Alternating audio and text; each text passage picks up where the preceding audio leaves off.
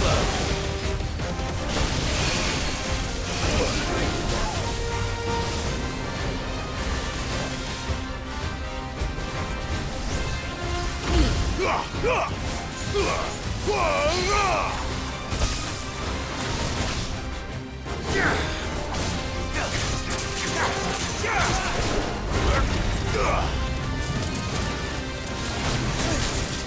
Nice try.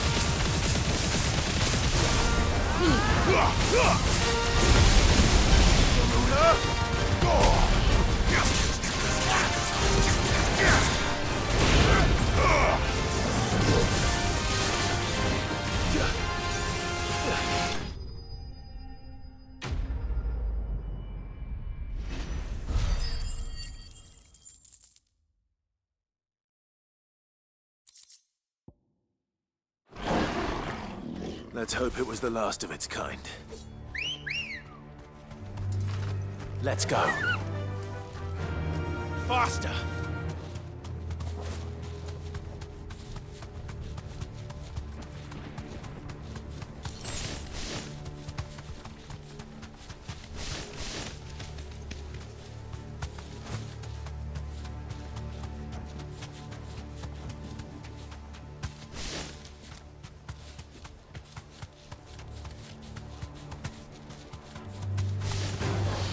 This won't be easy.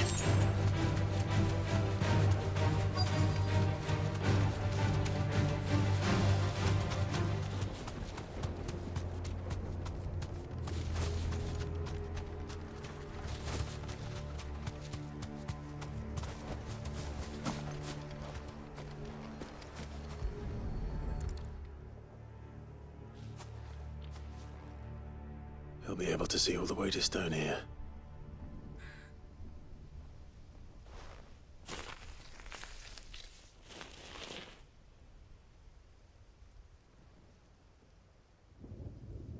As fine a resting place as any man could hope for. Reunited with those he loves at last.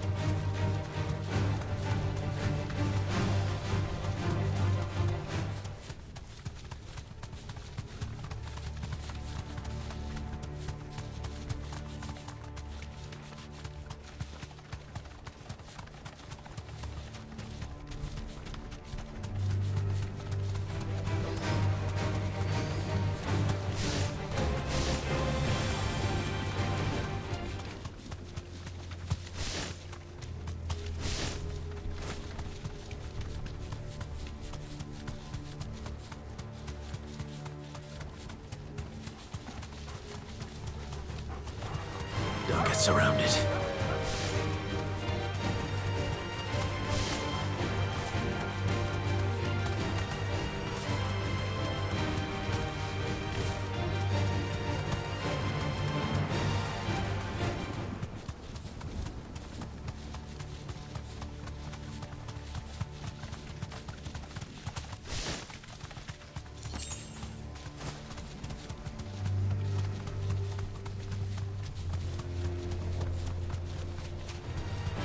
Does it bother you that we haven't heard a single human sound?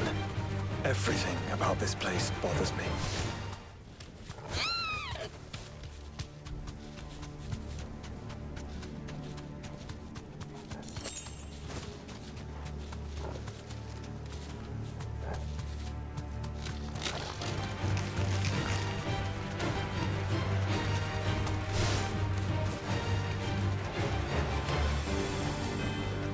No need to ride from here.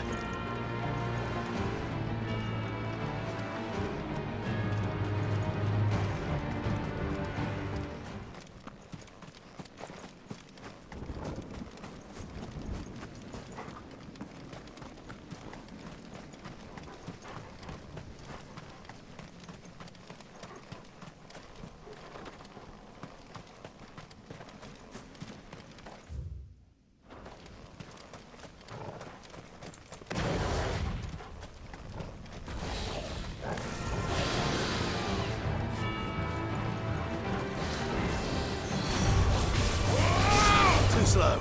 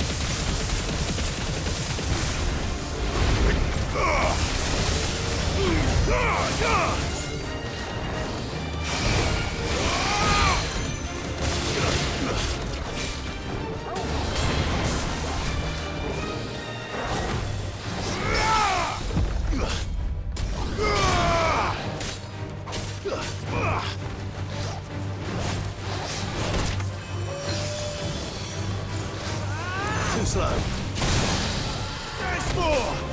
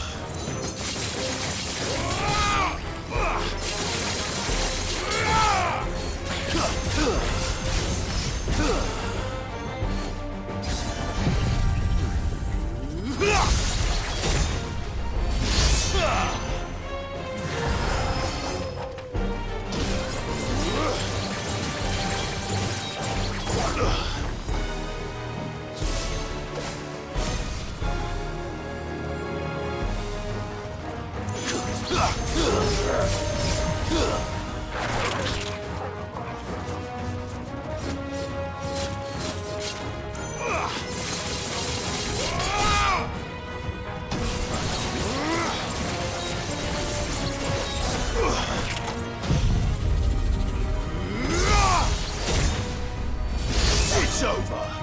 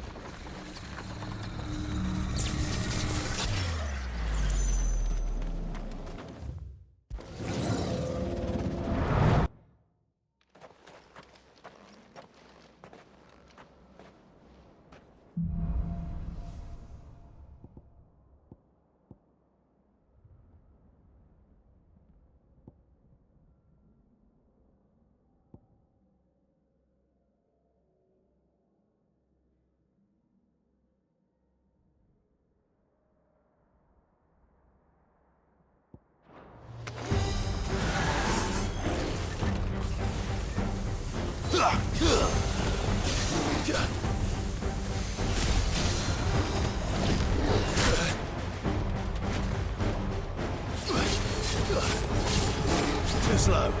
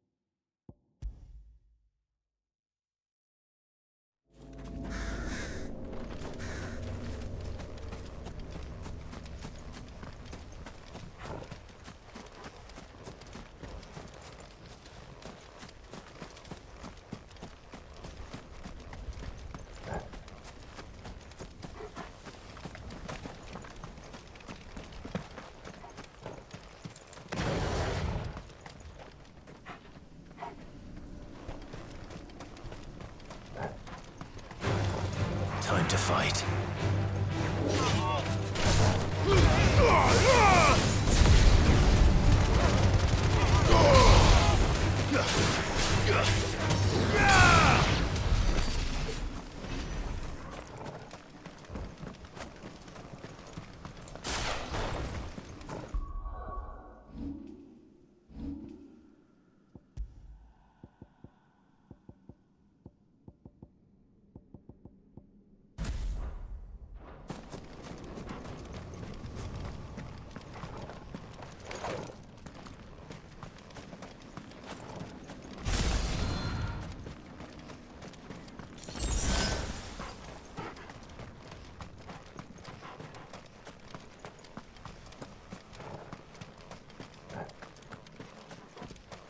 caution, brother.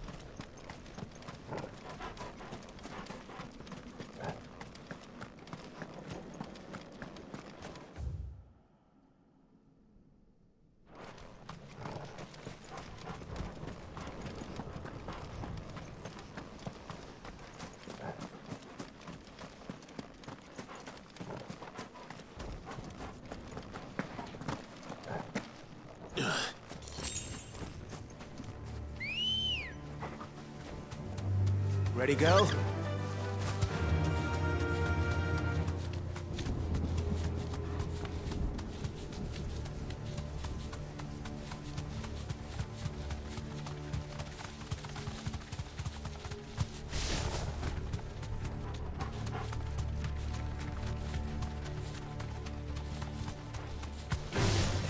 No mistakes.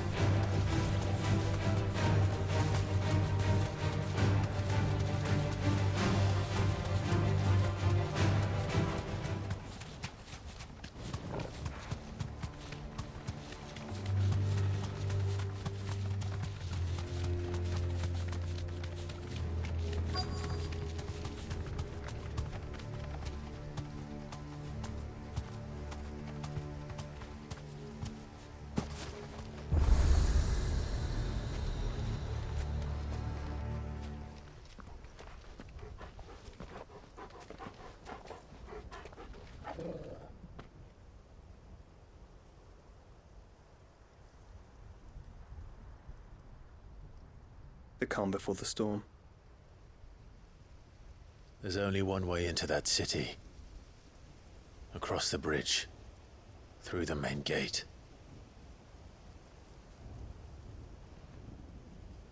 Right into the midst of whatever is left of the late King's army. Are you ready for this?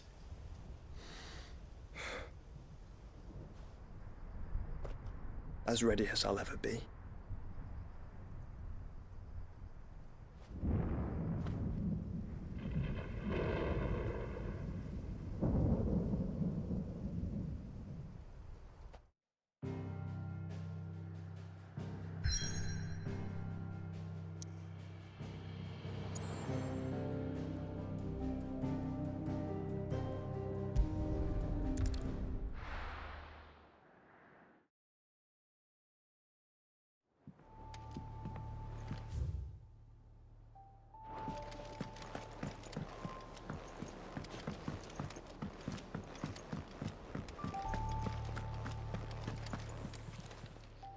Still alive, are you?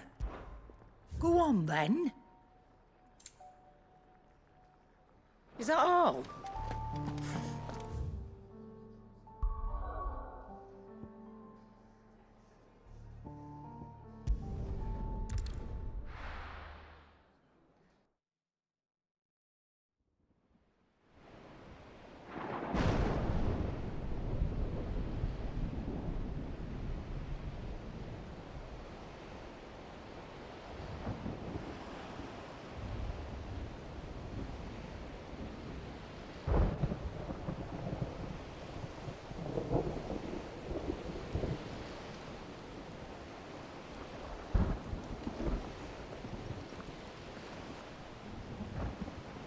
What the hell happened here? I dare not think. A stroke of good fortune, perhaps?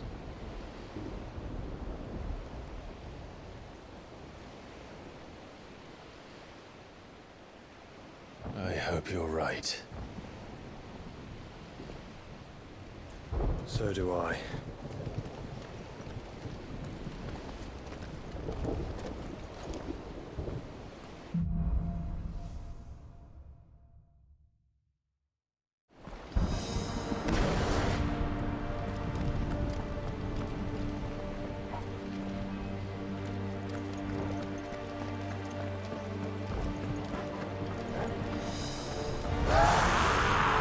or has claimed them all.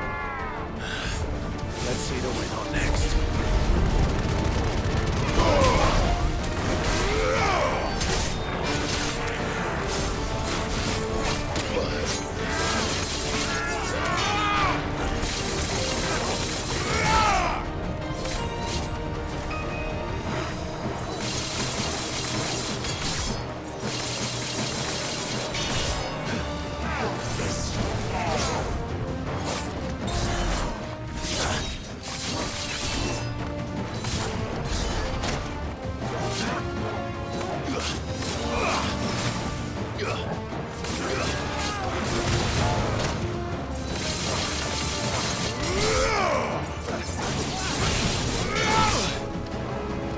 That's better.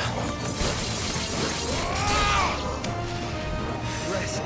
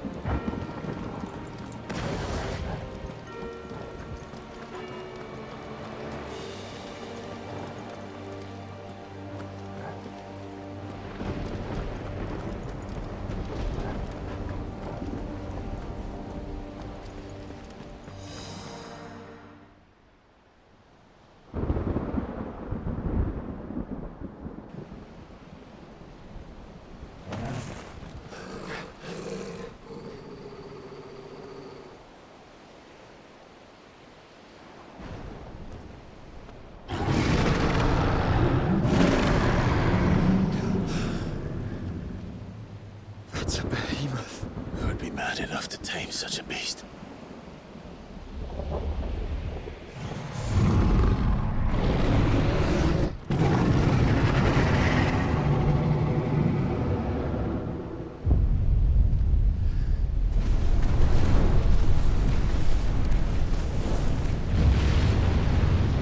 Stand back.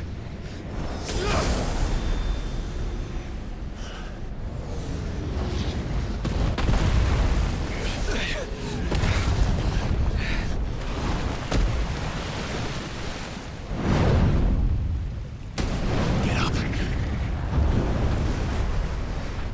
Here it comes.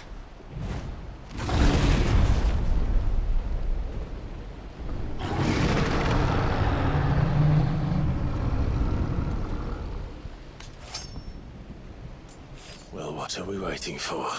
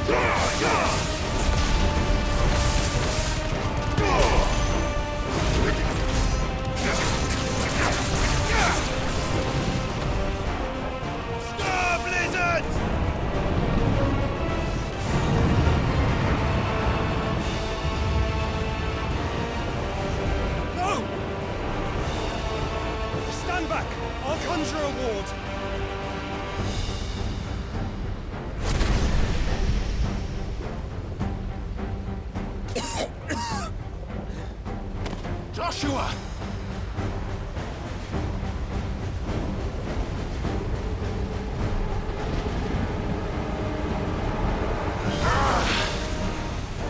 Desperate times.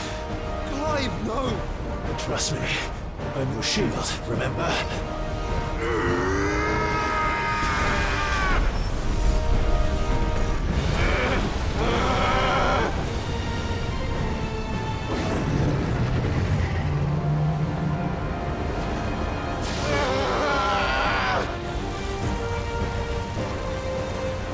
I think this might be a job for a freak!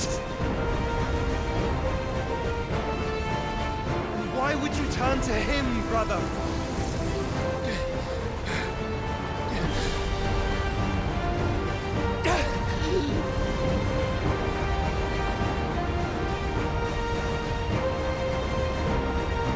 When we fight together.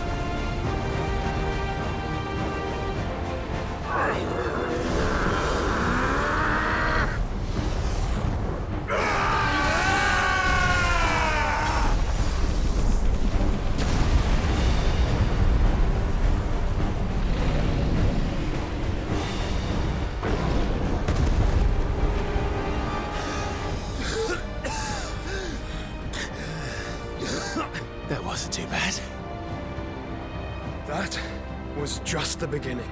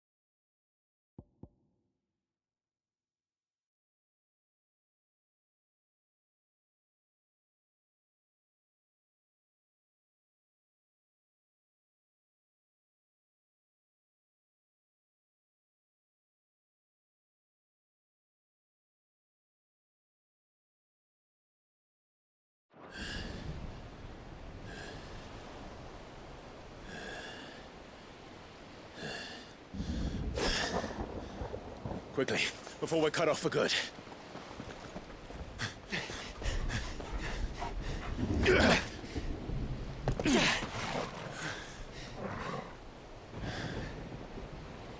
If it is like the others, the entrance to the inner sanctum will be at the foot of the crystal. We're almost there.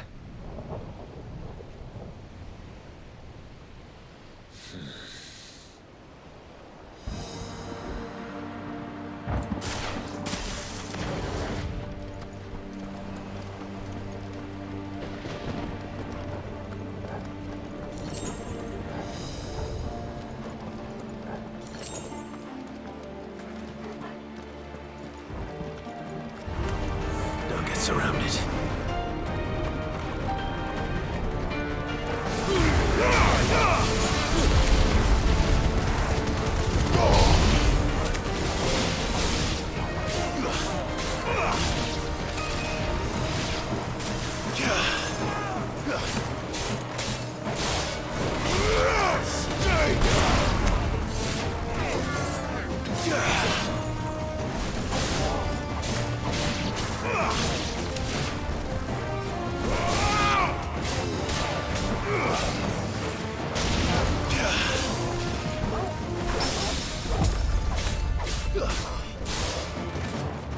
It's over!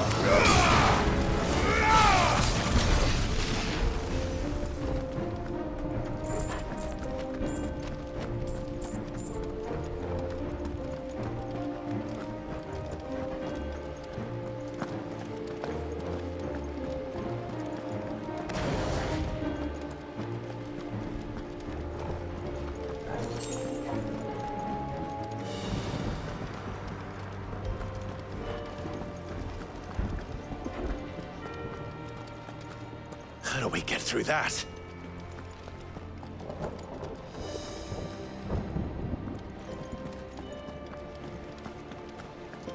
This gate here is open.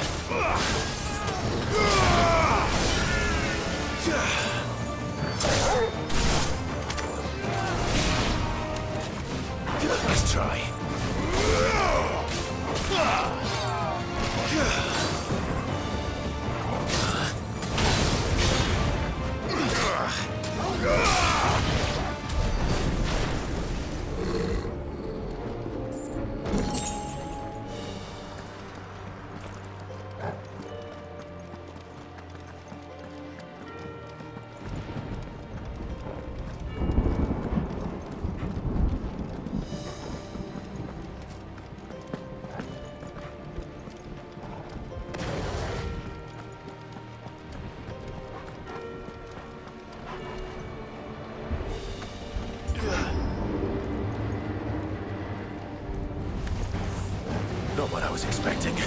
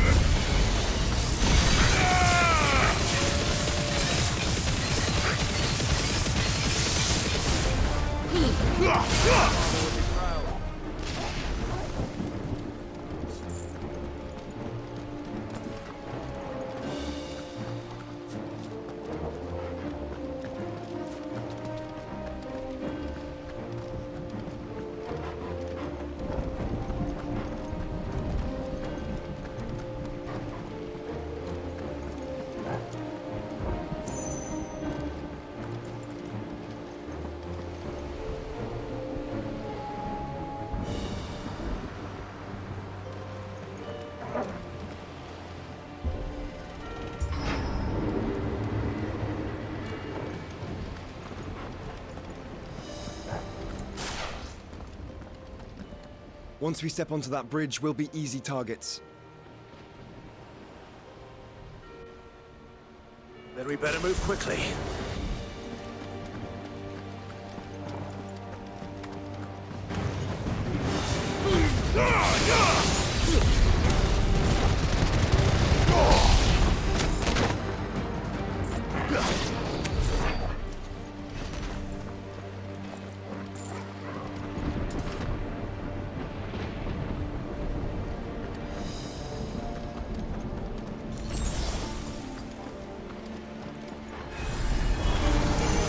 More of Ultima's thralls. Come on then! What are you waiting for?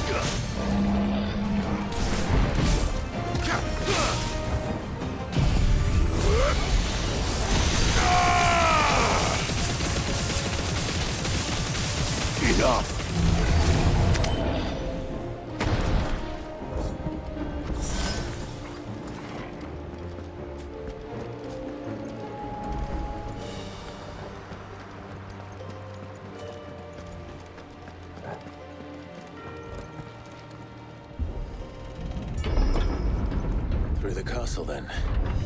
I don't see any other way.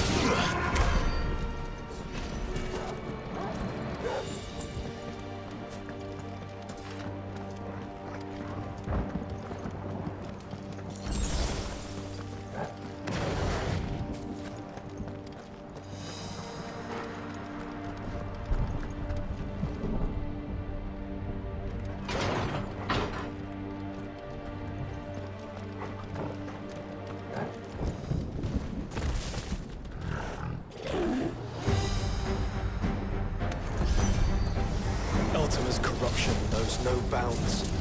We cannot allow it to spread any further. Then we won't.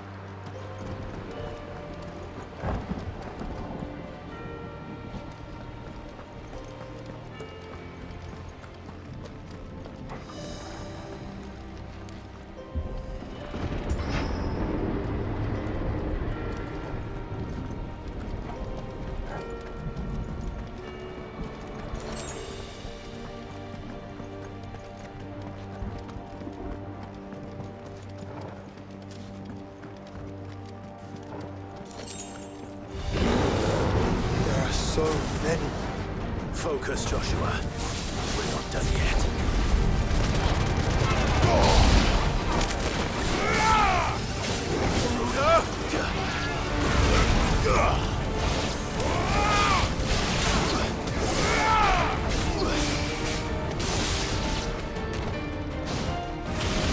You're finished.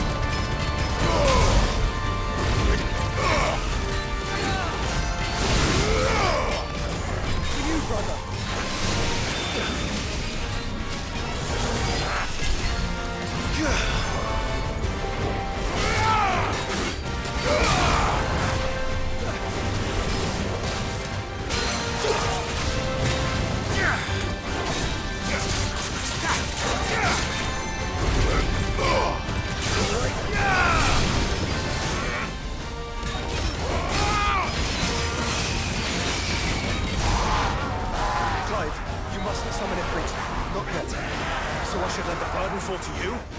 Yes, you should. Save your strength for the Mother Crystal.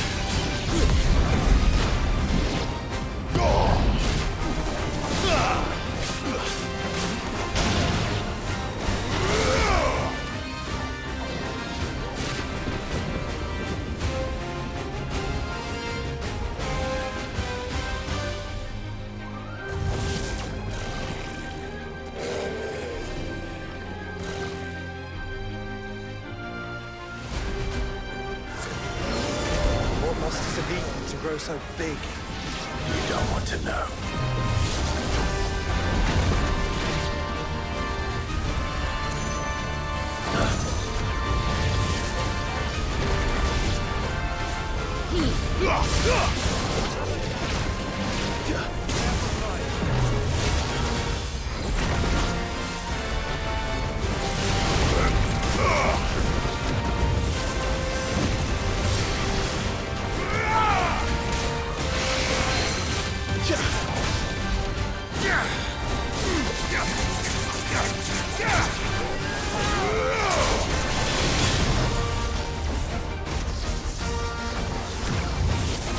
Nice try.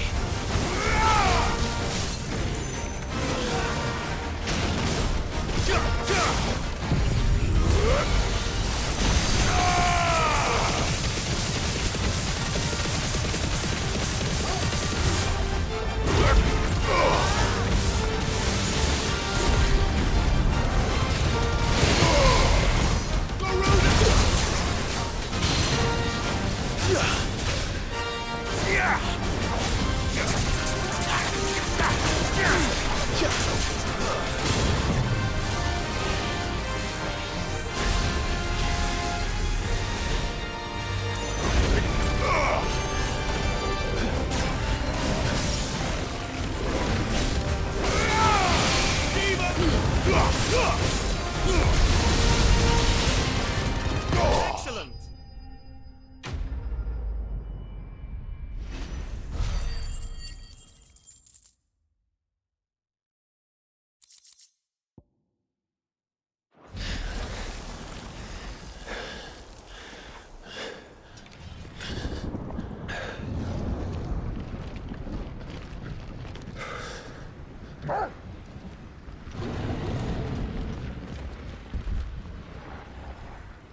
There's no end to them. The whole bloody army's here. Stand back, Joshua. I'm summoning Ifrit. Stop, Clive! You mustn't. We still have a long way to go. If you tap your strength here, you'll have none left to destroy the heart. Then you'd rather die?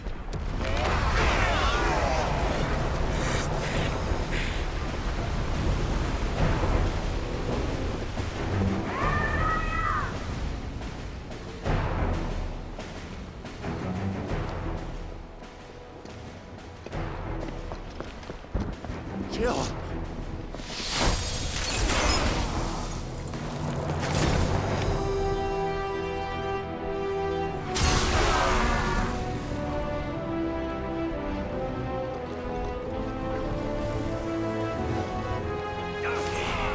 She's not alone.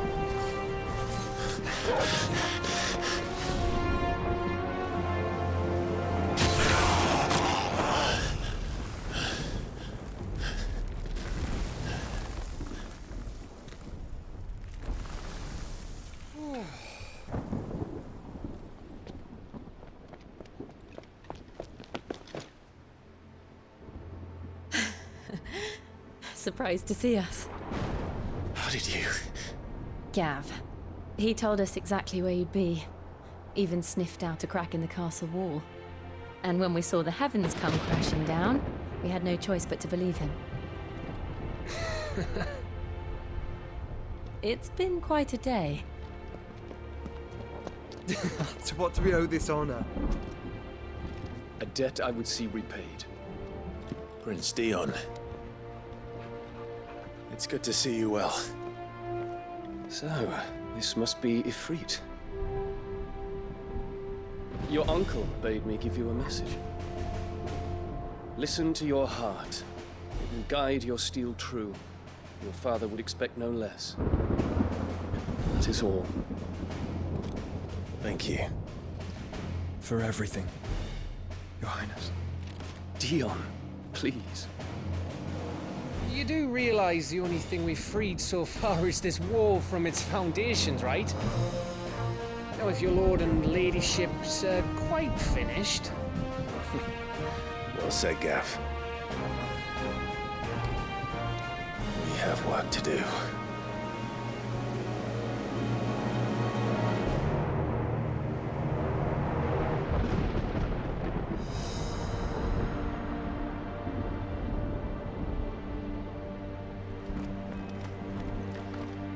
But don't suppose there's out I can say to make you change your mind. So I'll just tell you to stay safe. Nan won't take kindly to losing her best customer, especially after letting us carry all this stuff all the way to Ash. And we wouldn't want to anger old Nan. You mean, you'll buy some off us?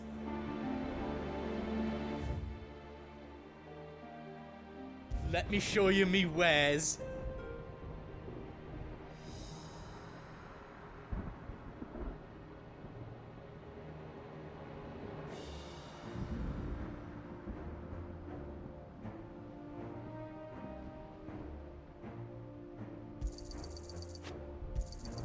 Is there else you need?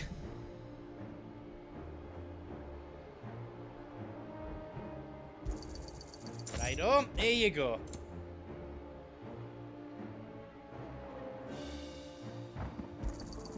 Is there else you need?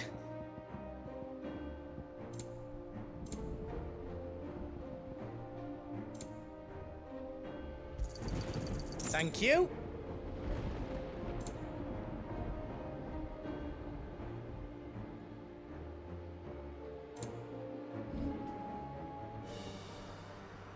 You've got everything you need then?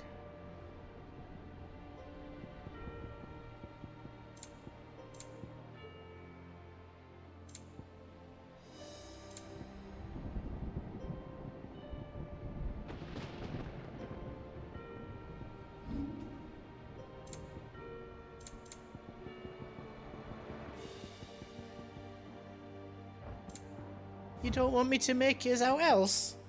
Are you all set then? If Sid were here today, I reckon he'd be proud of you, Clive. He'd be proud of us all.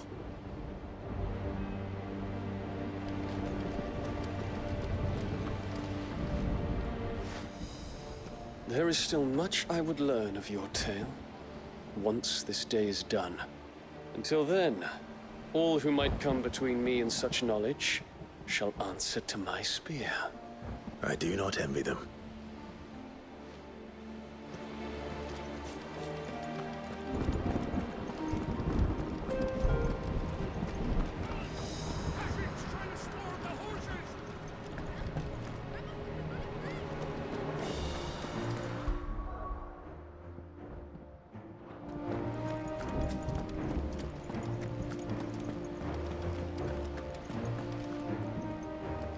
I couldn't have made it this far without you, Torgal.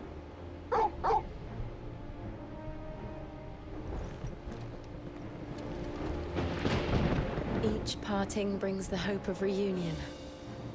I missed you, Clive. I missed you too.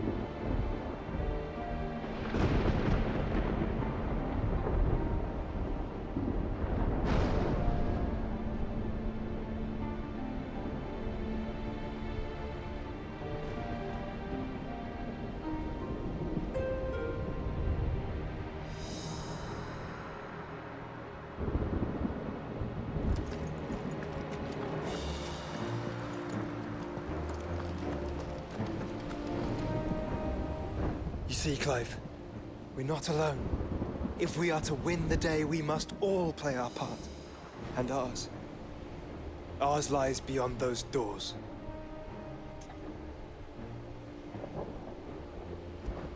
We fought long and hard for this moment. Sid's dream, our dream, is within our grasp.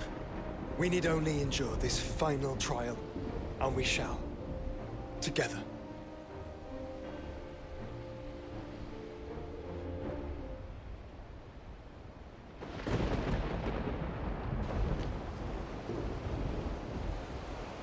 You all know what it is that awaits us beyond this gate. And we shall face it together. Aye.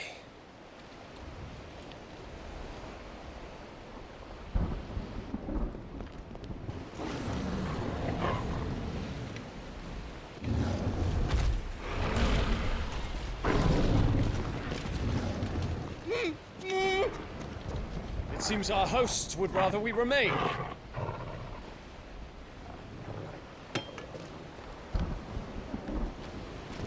I will stay them. We will stay them. Go! Just don't keep us waiting. Thank you.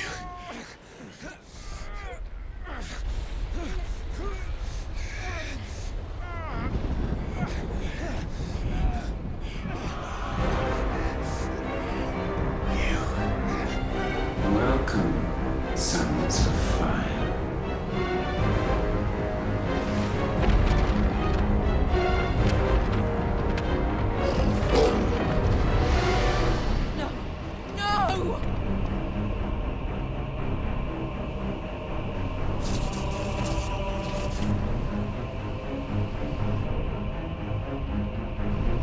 Come back. To arms!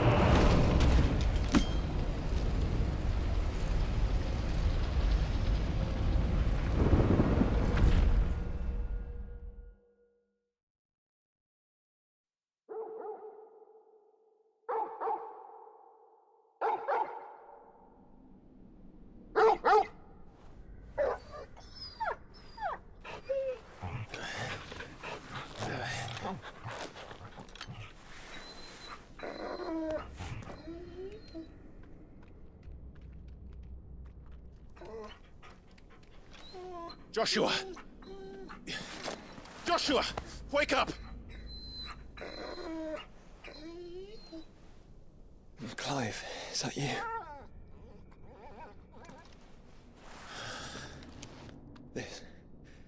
This isn't Stonehyr.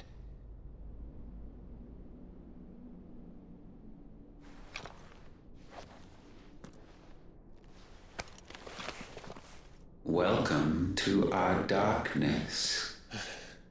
A rift between worlds wherein your kind might reflect. Show yourself! Grave and many are the sins of man. And we would have you know them, all of them. As fate has seen fit to deliver you home, consider this our welcoming gift.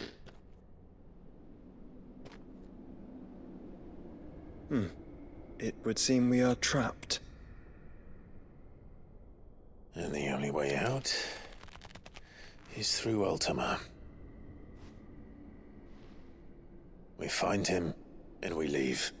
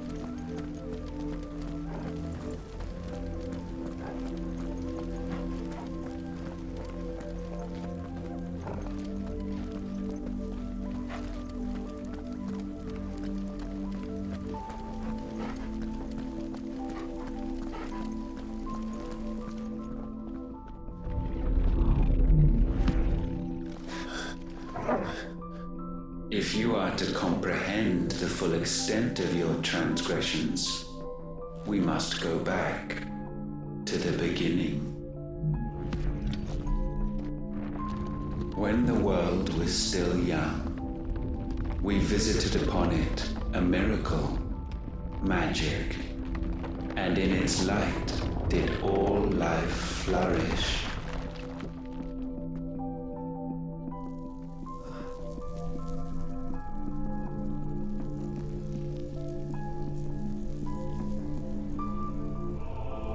Yet the price for this boon would prove heavy. A pall descended upon the land, painting the horizon black as night. Though we labored to forestall its spread, in this one endeavor we stood powerless. And so we fled, that we might endure, that we might discover a means of salvation.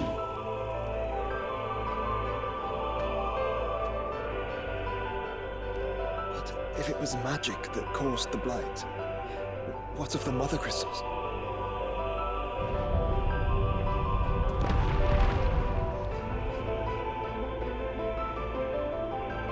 I expect he'll tell us soon enough.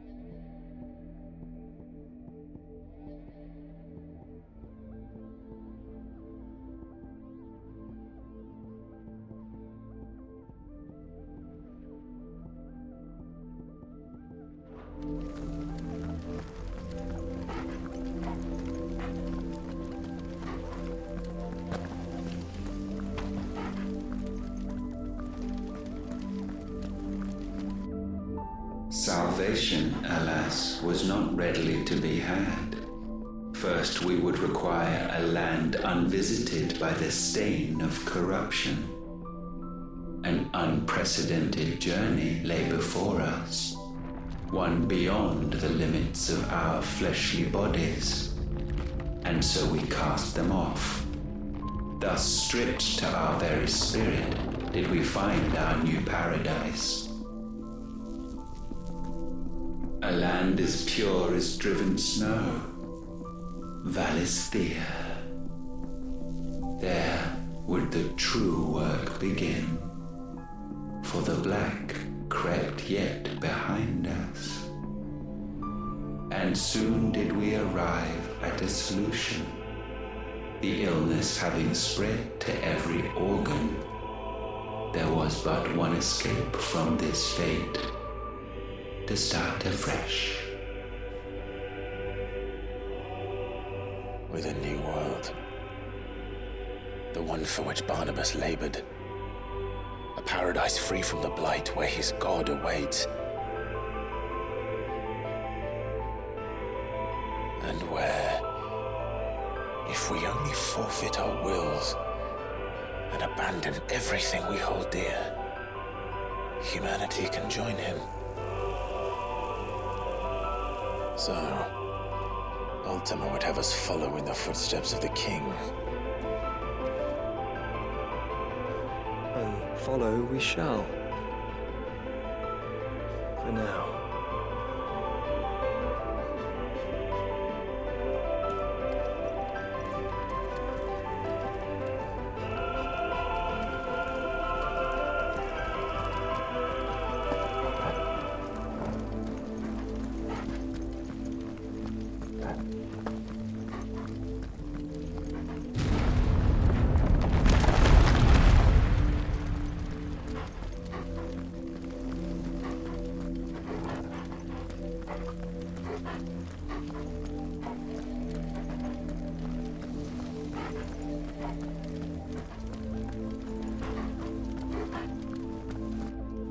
To forge a new world would require not only power, but a constitution strong enough to wield it. Acquiring the first would be simple.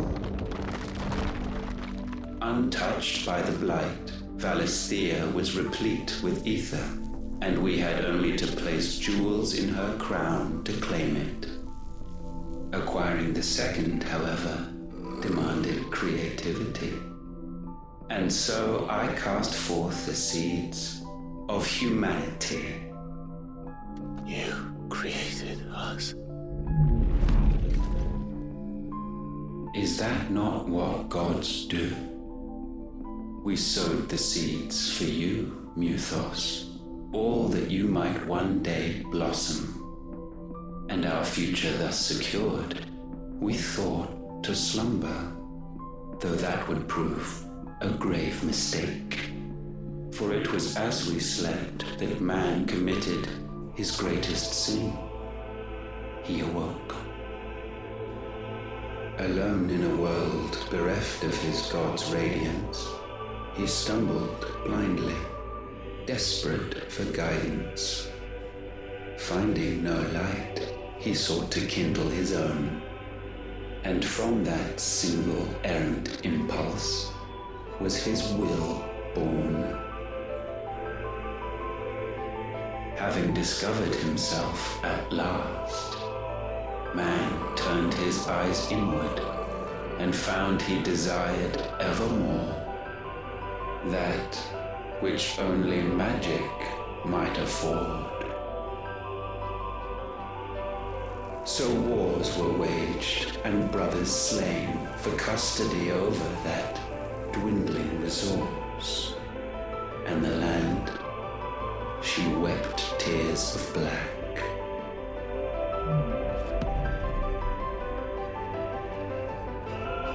He would condemn us for this. Surely he cannot be so blind to his own hypocrisy. Not blind, just unwilling to admit the truth. Though we're one and the same.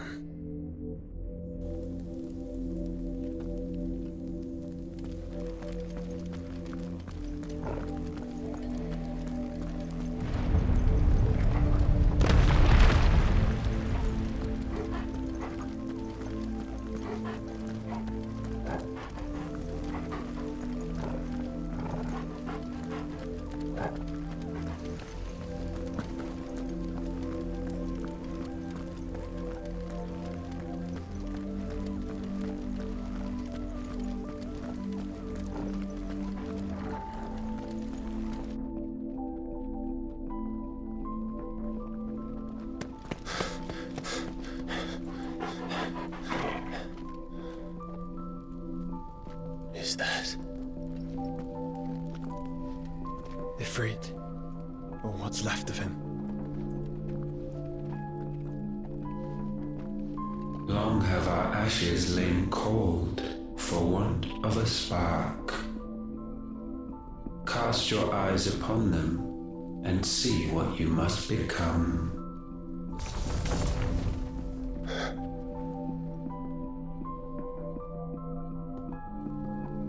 Valisthea cannot endure a second claim upon her being. The avarice of man drives her ever closer to destruction, but she may yet be saved by you. It is what you were born to do, why we nursed you and fed you as your own mother should have. And now that you are fully grown, our Muthos, it is time at last for you to serve your purpose. to right your wrongs? If our sin is wanting to survive, then you are as marked by it as we are. The fault is yours. Our wills were born because you abandoned us. And now, You would have us forfeit them. All for a place in your new paradise. Do you imagine yourselves worthy of one? Mankind has no place in our world. Is this truly so difficult to comprehend? We only ever require you, Muthos, when the time comes to bid this wretched realm farewell. None shall follow, none shall remain. What do you mean, none? This is our world. Once the land's rebirth is complete, humanity will have served its purpose. Why would we continue to suffer that which has caused us so much vexation? Because the land doesn't belong to you. It belongs to us all!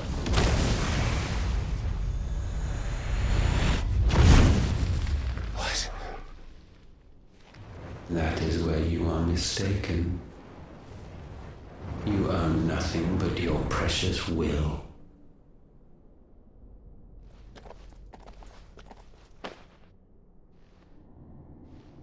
Brother.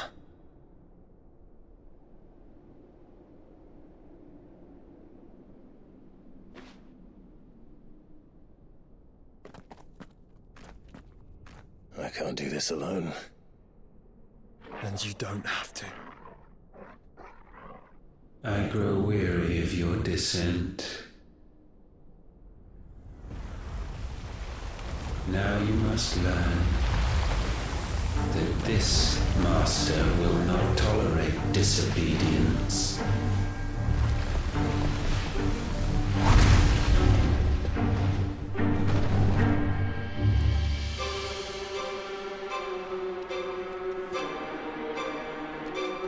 My friends, my family.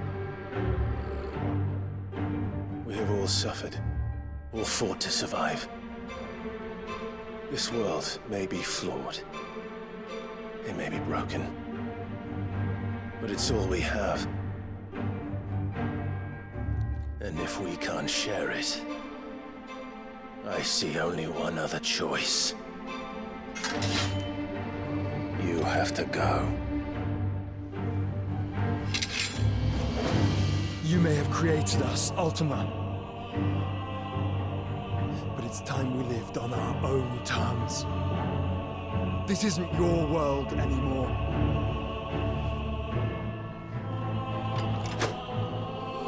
It's ours.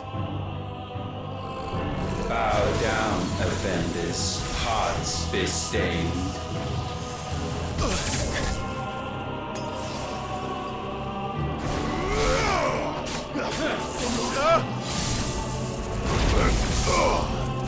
Titan!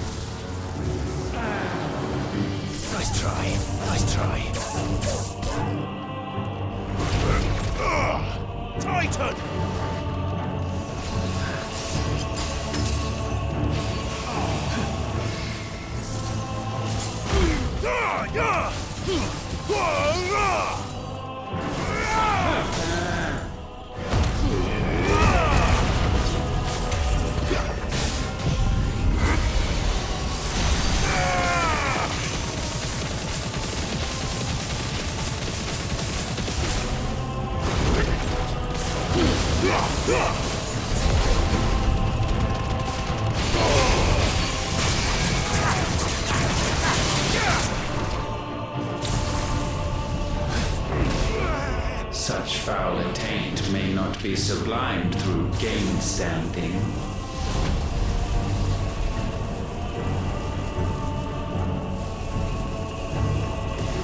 Only with heads hung low is penance paid.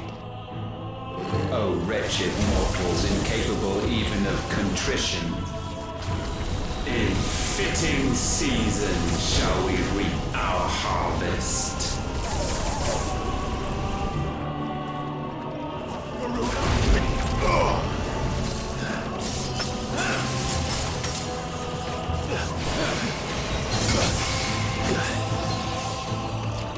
My strength is yours. Too slow. Nice try.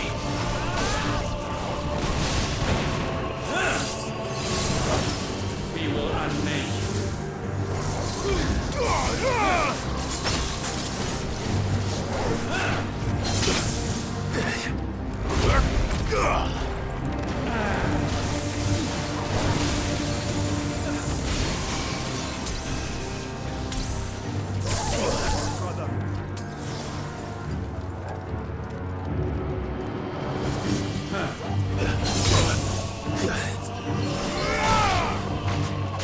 know your insignificance.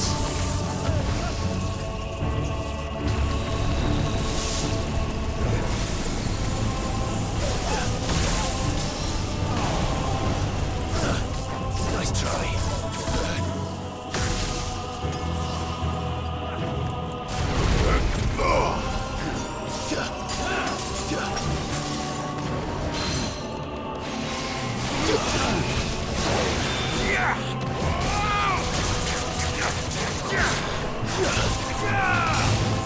To me, Blades!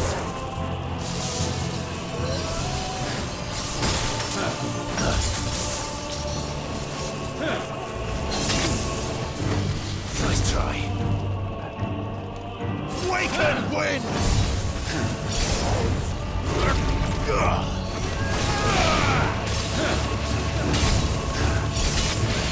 I needed that.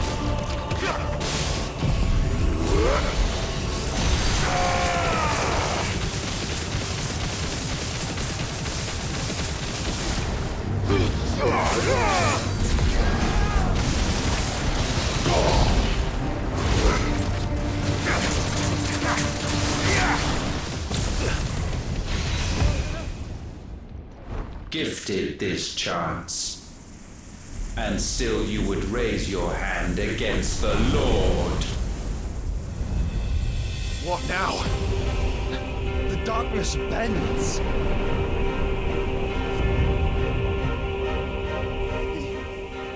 He means to end us. It wouldn't be the first time. But let's make it his last.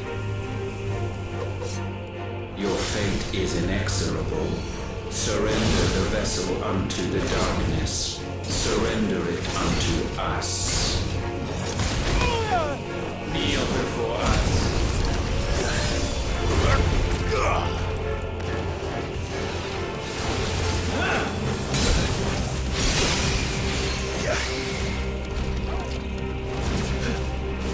Surrender.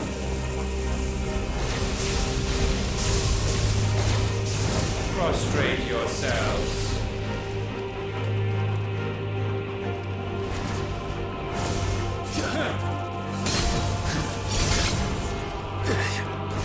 There's more!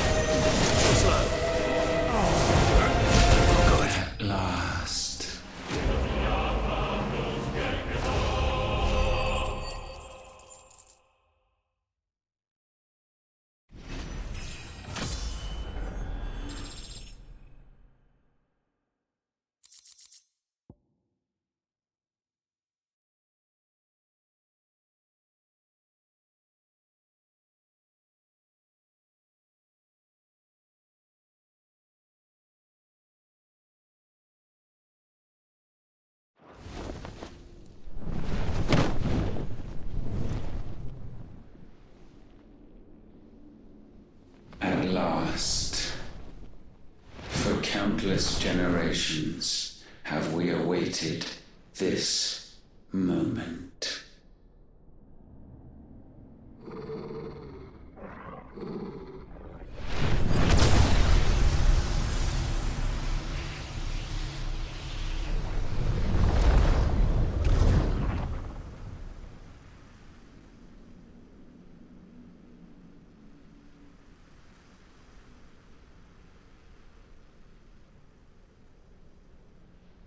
Your struggles have made you strong, yet your soul remains heavy with sin.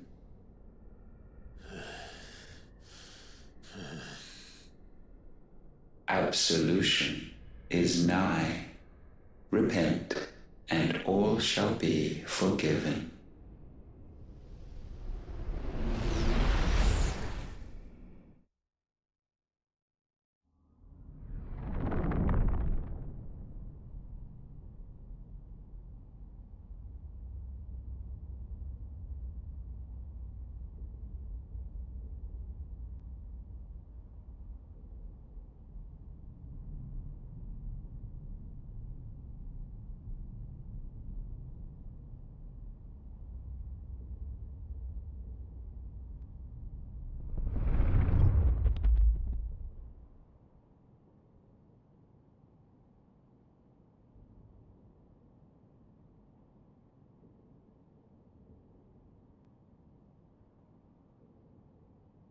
Tell me, Clive, how many lives have you saved since taking my name?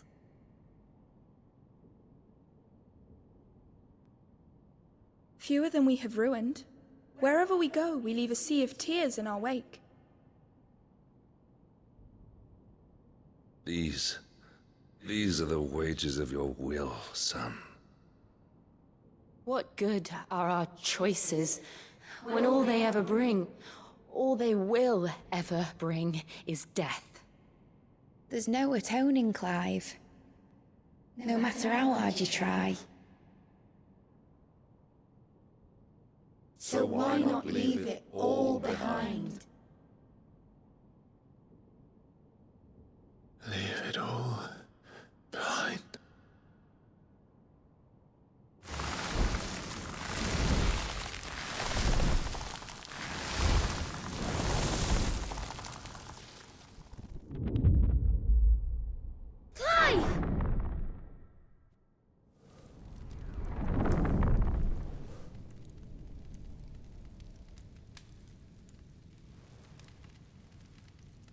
Please, won't somebody save me?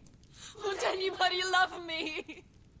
I yearn, yet still she is not mine. Have I not given enough? From will is born desire, and it is this which consumes you, rendering you incomplete.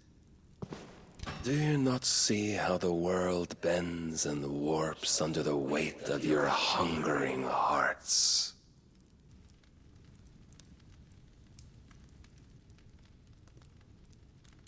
What if it could all just go away?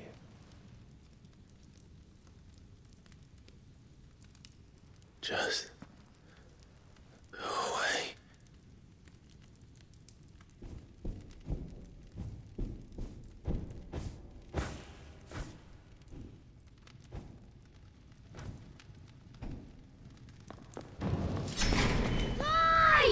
Clive!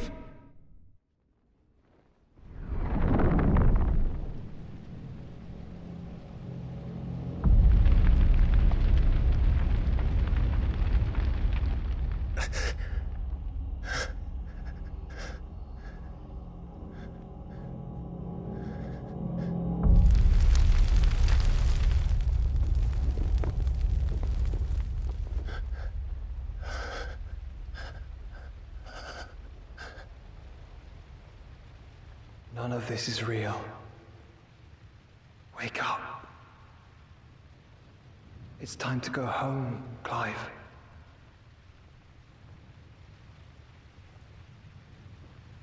Clive. That's right. You're my brother. Brother.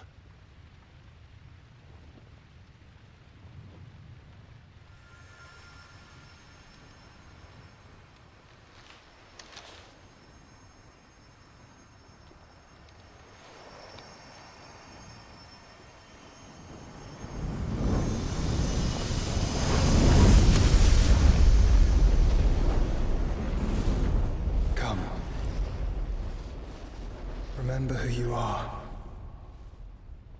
Clive.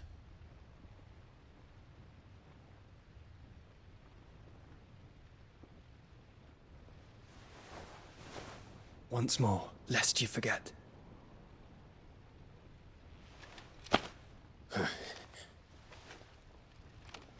My name is Clive. Clive Rossfield. Look, Ultima.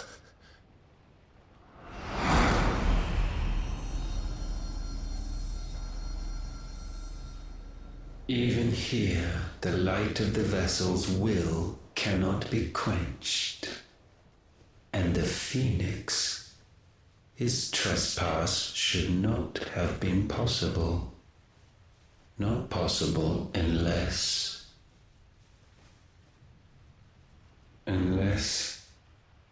he has been with Muthos all along.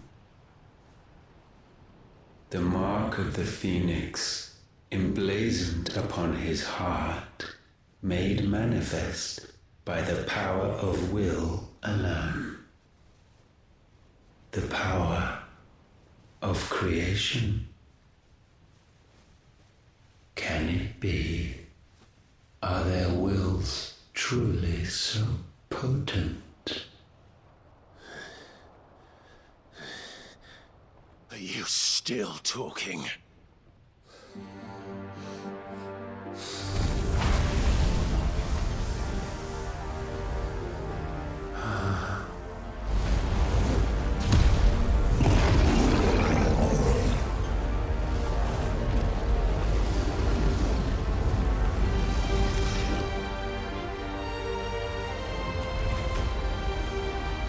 Our flames burn as one!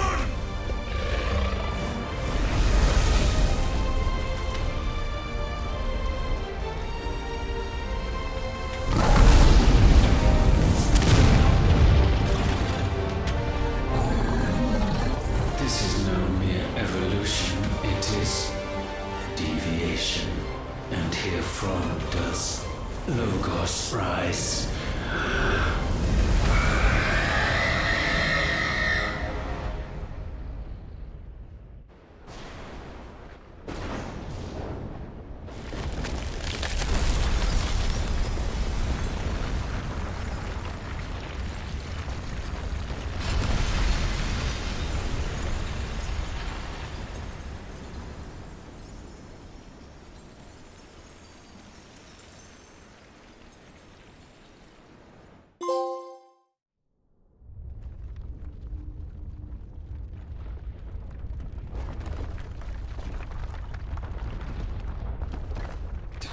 Damn it, Clive. Wake up.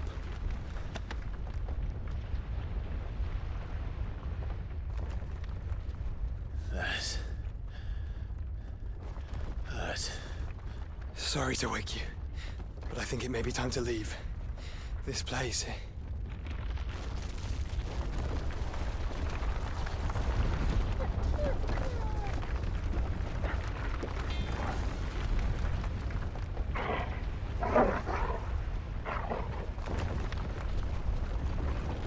And once again does my creation stray from the path laid before it. Steeped in conceit, you fancy yourself a god. You embrace Logos. But we will put an end to this hubris. What are you talking about? In the halls of origin does our true power quicken. And there shall you be made complete. Soon, Muthos, soon you will discover how little you know of suffering.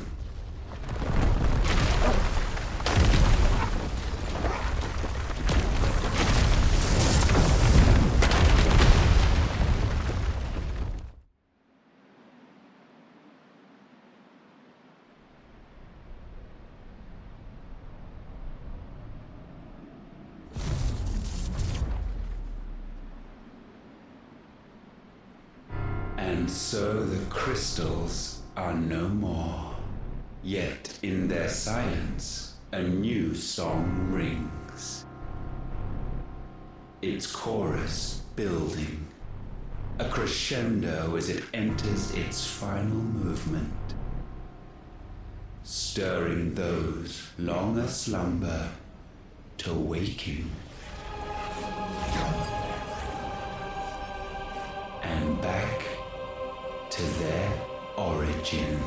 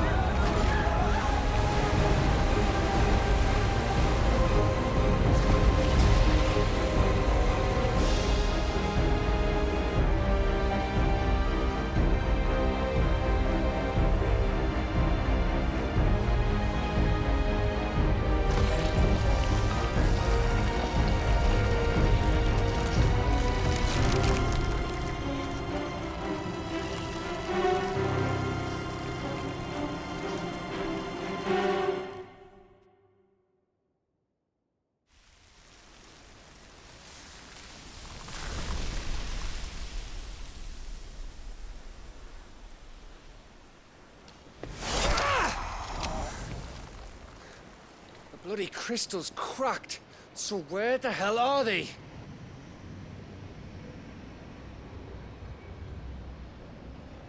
Oh, fuck me.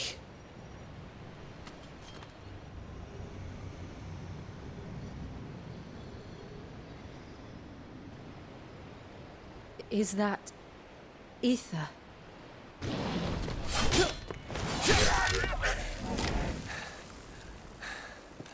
What in good Grieger's name is going on? This is wrong.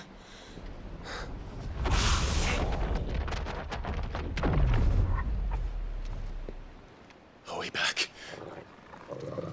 Clive! Joshua! Jill!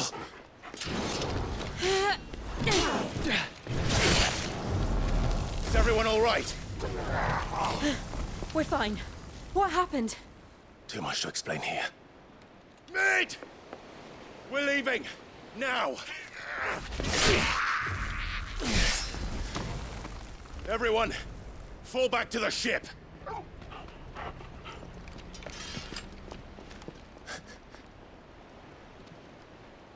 I will be with you anon. Thank you.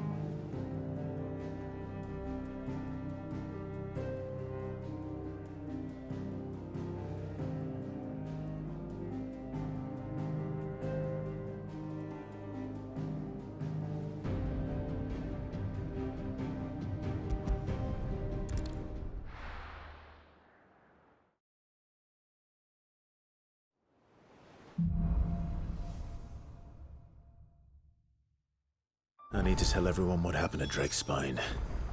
And I'm going to need Otto's help.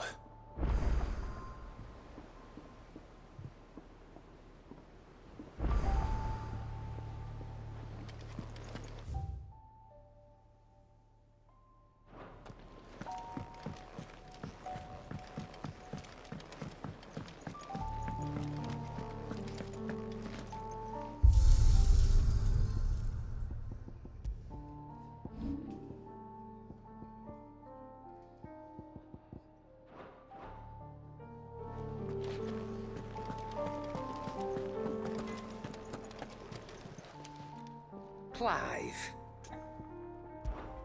If you're gonna buy something, be quick about it. You'll not find a better price than that. It'd better all be here.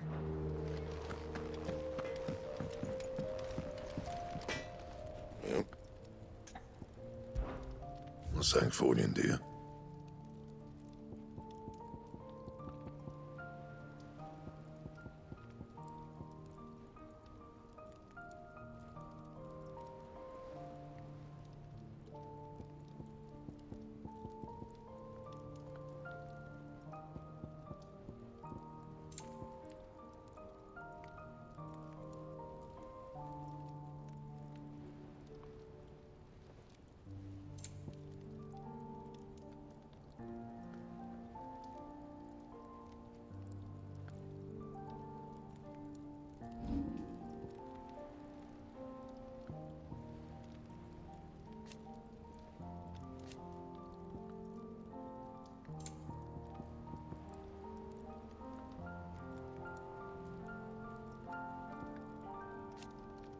And?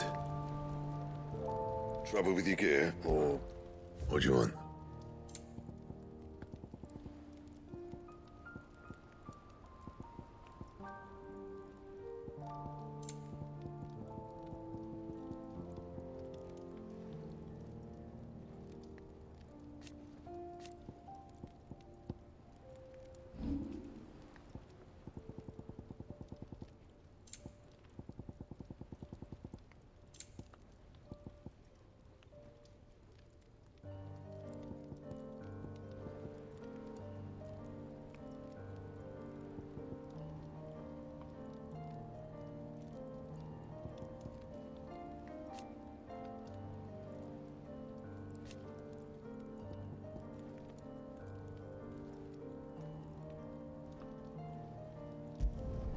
Yeah, that should do you. You can thank me later. Anything else?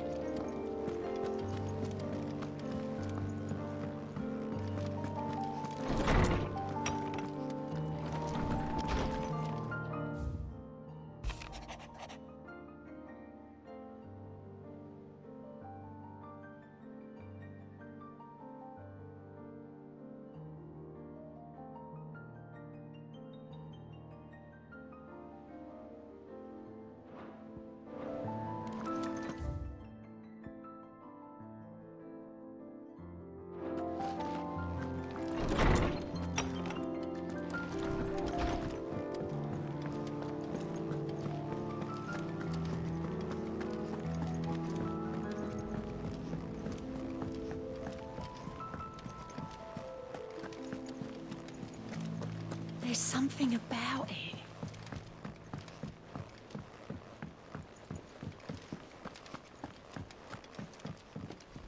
What will it be today?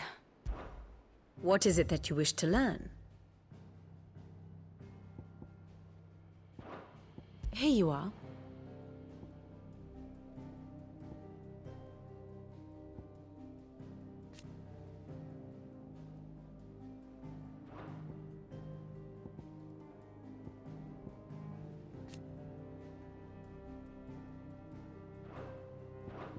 Thus ends today's lesson.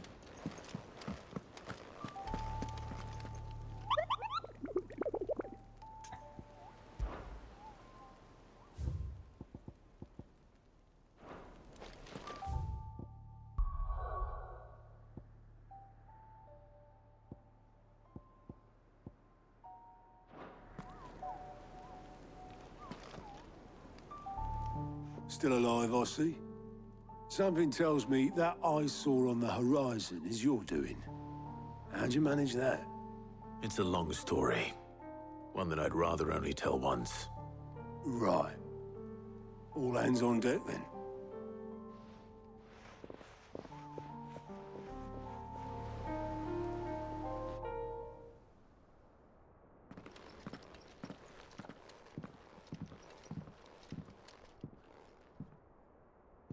Is this everyone?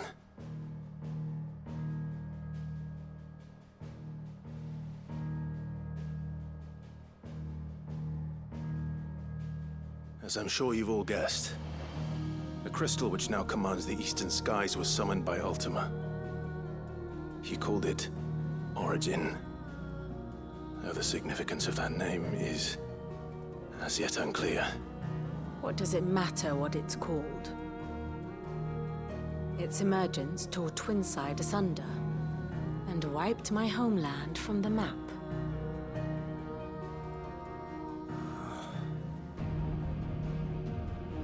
Mention of the Dominion spires can be found in the oldest of Valisthian records.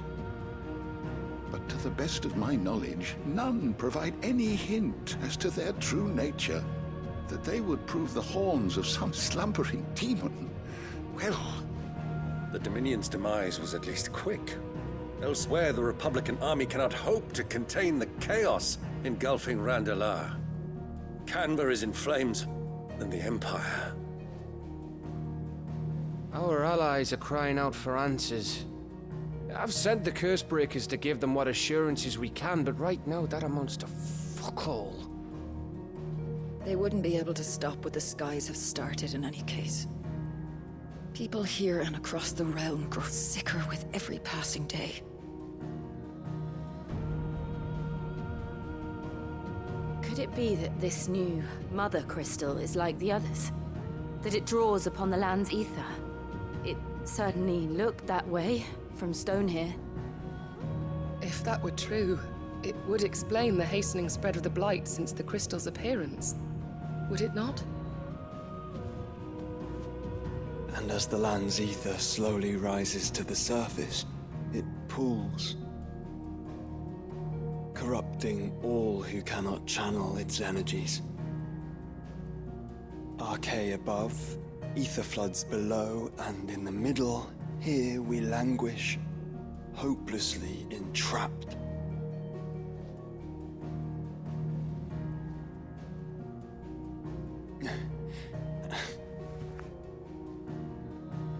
It's all right. When we faced him at Stonehyr, Ultima told us his true power quickens in the halls of Origin. Needless to say, we cannot allow that to continue. If we are to stop him, we will have to find a way into the crystal. How are we going to manage that then? It's up in the sky. And fast as she is, the Enterprise can't fly.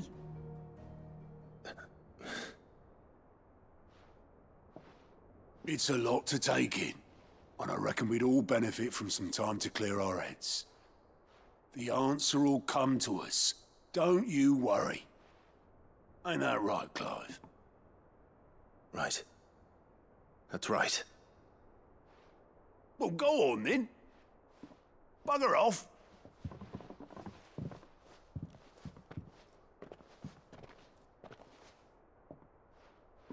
Same goes for you, Clive. You won't solve anything like this. Trust me. Go and get some fresh air, eh? Thank you.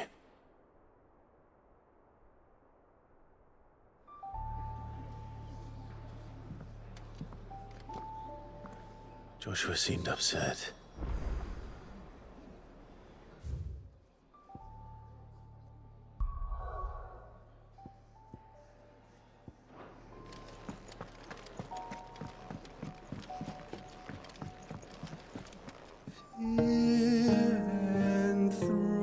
Enthroned in sable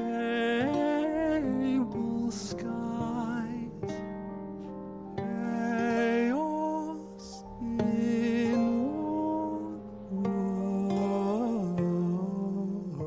walls.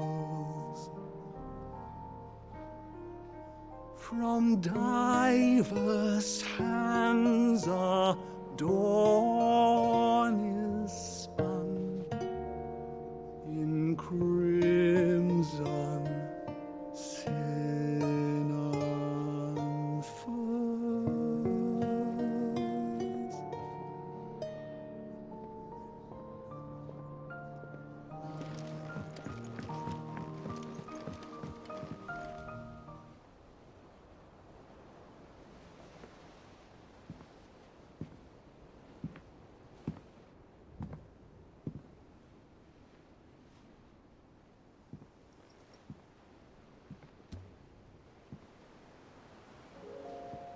Ultima may have created us, but he doesn't make us who we are.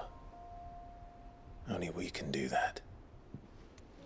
And if he would have us fight for our survival, so be it. It's what we've been doing all along. Much like Ultima himself, it would seem. His new world being naught but a means to survive. And so, we must contend to decide which of us shall inherit the land. Should Ultima prevail, it will mean death for us all. Of that, we can be certain. But even should he fail, what world awaits us? A withered, godless place, where our newfound freedom will most like prove a chain in itself. Well, that may be. But a chain can always be broken. As long as one has the will to break it, it won't be easy. It may take generations, centuries of suffering. And that is if everyone plays their part. But it will happen. And when it does, it will be on our terms. That is the world that awaits us. Indeed. And what better world could one wish for?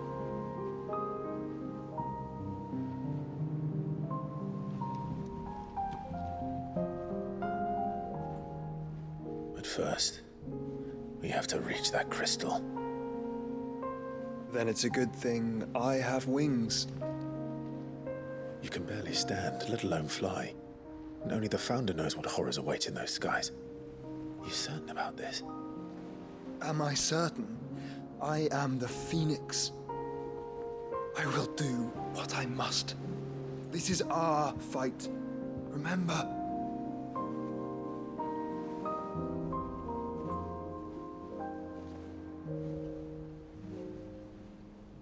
All right. I yield. But only what you must, yes? I'm still your sworn shield. That you are. And what of my wings? Lest you forget, you go to stand against a god. I would not have you succumb to fatigue before the fight begins. Ifrit, your brother mentioned that some few of the dominants who had lost their power to you were still able to prime. Is that true? It is. But their icons no longer submitted to their will.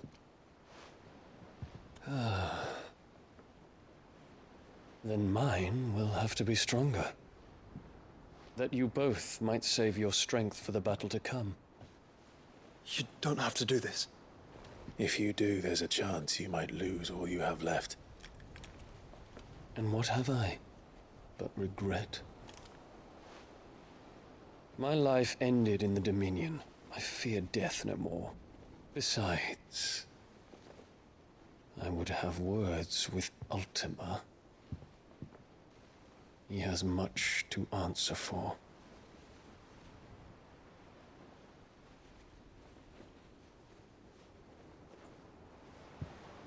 We are in your debt, Dion.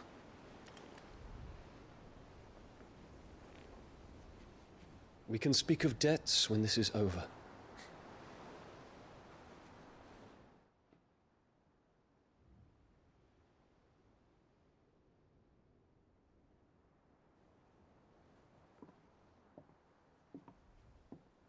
He speaks like a man who knows he's not coming back.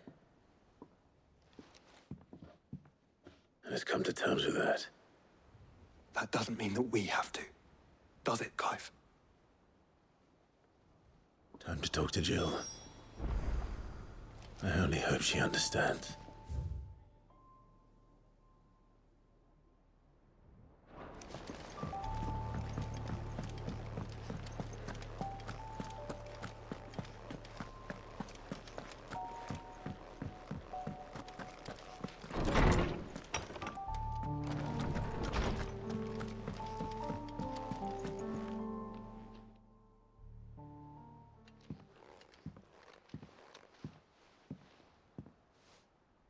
Come to wish on a star. That might not be such a bad idea. This is it, Jill. You know what I have to do. Why I have to do it. There's no turning back now. This is where our journey was leading us. Where it will end, for better or worse. I could pray to Metia for you. But you'll be all right, won't you, Clive? You always are. I did promise we'd watch the moon together. I'll be waiting.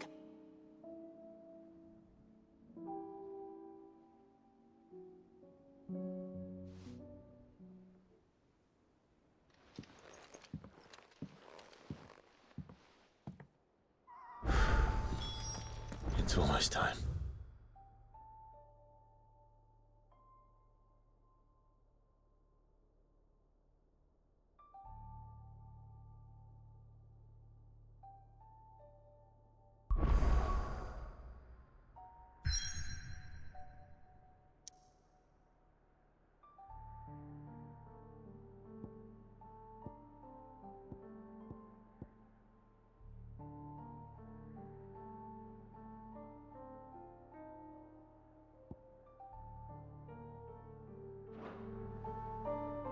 Better make sure I haven't forgotten anything.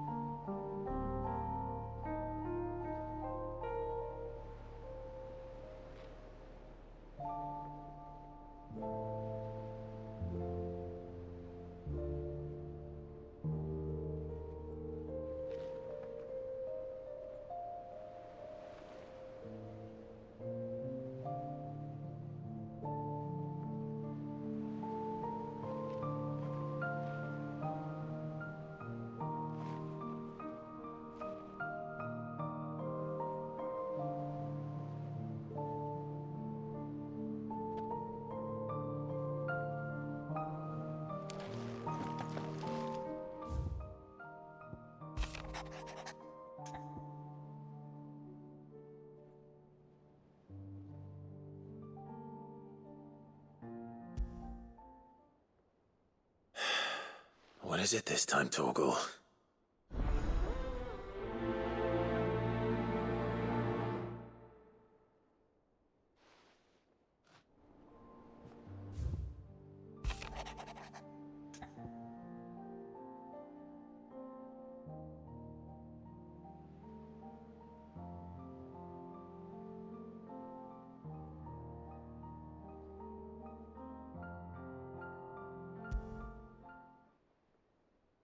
Something tells me this is no mere adventure story.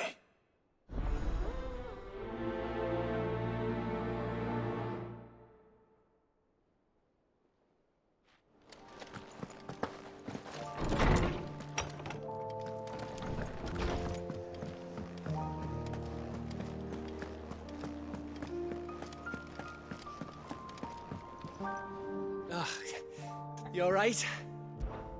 About that.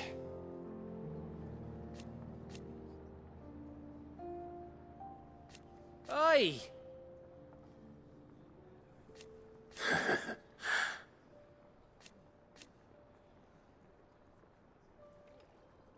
Let's see.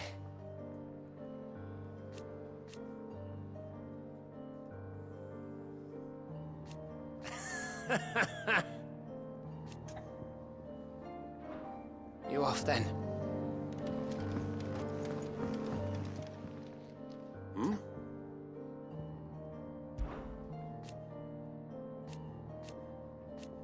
Huh.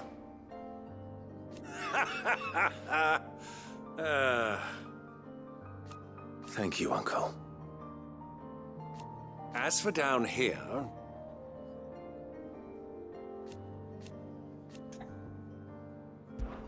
Clive, my boy! Rutherford informs me that we owe you our thanks. Hadn't intended for you to get involved, but such are the times we live in, huh?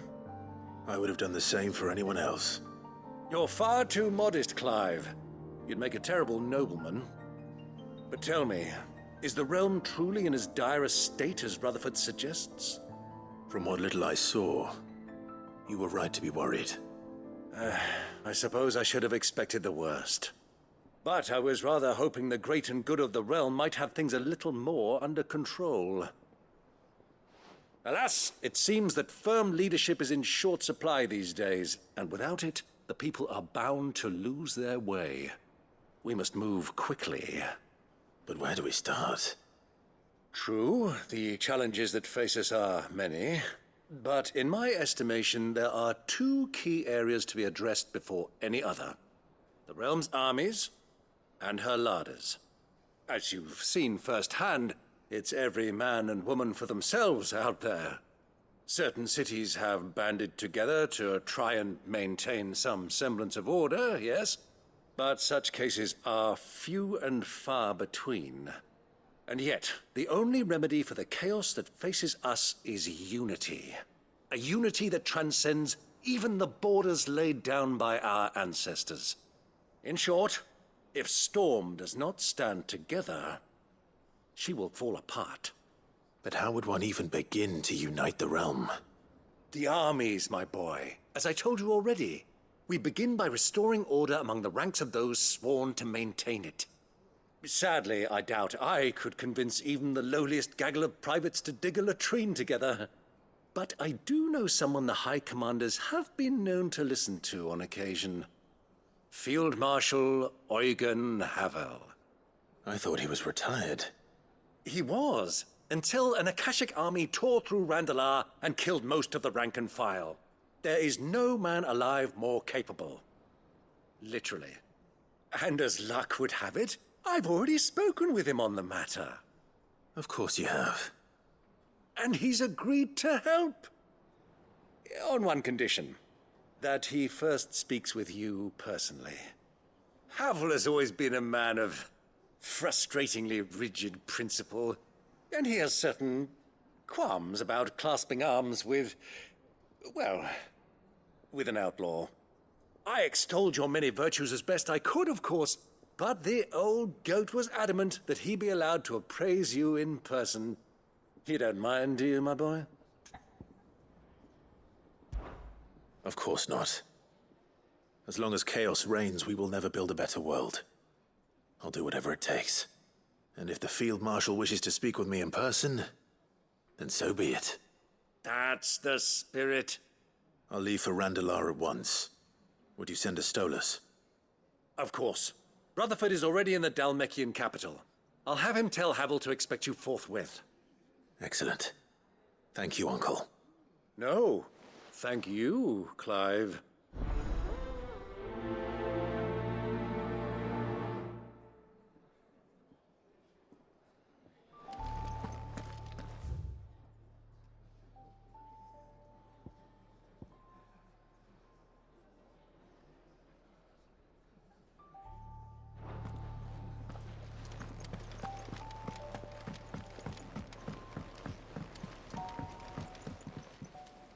Ah, Clive.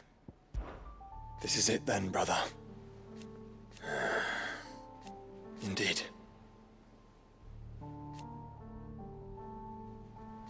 You're wrong.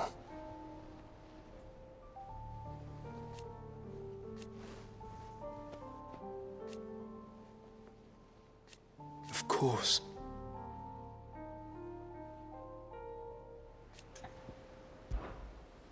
Joshua, what's wrong? And don't say nothing. It's... not nothing. I've received word from Cyril. The Undying have found Father's will, or something akin to it. His will? How and where? In the crypt beneath Rosalith Castle. After Kupka was kind enough to drive out the Imperials, the Undying took the opportunity to recover what relics of the Duchy yet remained. And in the process of doing so, they found a letter from Father. I'm surprised anything survived down there. Cyril asked that I join him in Tabor at my convenience. I have been meaning to go, but...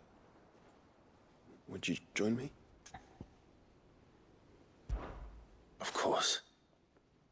I want to know what's in that letter as much as you do. Very well. I am ready to leave when you are.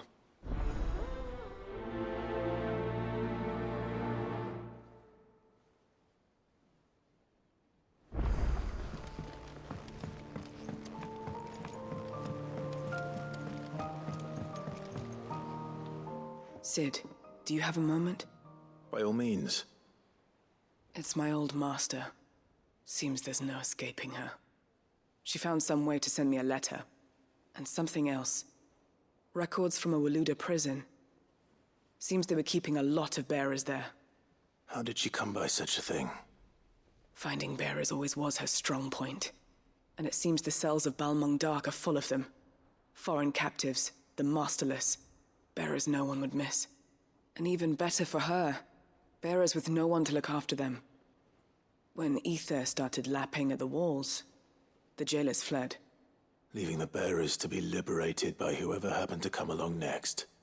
Sid, I'd like to believe that I've earned your trust by now. And while I'm well aware that you've forbidden Cursebreakers from traveling to Waloed, I can't let those bearers die in their cells. I'd rather risk shipwreck on the Shadow Coast than leave them to starve. We'll be needing the Enterprise if we're going to navigate the Narrow. Does that mean... I'm making an exception, but we travel together. And we stay no longer than we have to. Ash is an inhospitable place at the best of times. We save as many as we can, and we leave. Thank you, Sid. There was a name in the prison register. A name from my past. Chadwick. Another of my former master's protégés. A gifted soldier, and the closest thing I had to family. The thought of him held captive in that place. He must be very important to you. He was. Is. Then we find him. The entrance to the prison lies in the shadow of Ravenwit Walls, just beyond the portcullis. We should head there as quickly as we can. I only pray there are still bearers alive to save. As do I, Doris.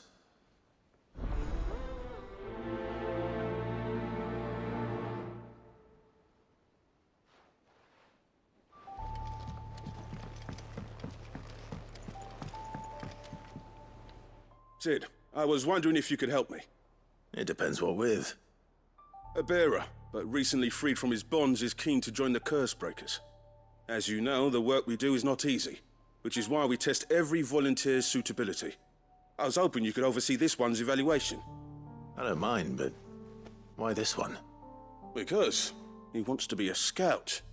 Our ranks are filled with men and women capable of breaking chains and putting slavers to the sword. But scouting, we're few with the nose for that, which is why we still rely so heavily on Gav. And since he accompanies you on so many of your missions, I thought you might be better placed to recognize the traits in him that we should look for in those who'd fill his boots. Sounds reasonable.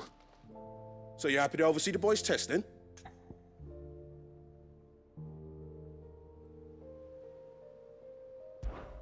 One can never have too many scouts. Truer words, Sid. I'll let the initiate know that you'll be attending his trial, and that he is to proceed directly to Northreach in readiness. No time like the present, eh? No time like the present. I'll await you there.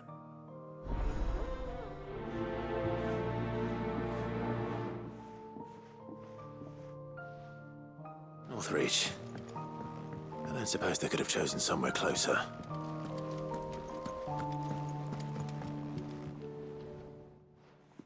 Vivian, I read your note, and I'd be happy to help you find the book you're looking for. Thank you, Clive. But tracking it down will not be easy. Are you sure? Please. You have always granted me your wisdom and insight whenever I asked. It's only right that I return the favor. Or at least attempt to. You are too kind. Alas, what I ask of you is rather more trying than delivering the odd lecture. I spoke with Harpocrates to see if he had any inkling as to where another copy might be found, but... But perhaps it is best that you hear the details from him. If you say so. Forgive me, Clive, for asking this of you. But this book, it set me on the path to becoming who I am today. Its importance cannot be overstated.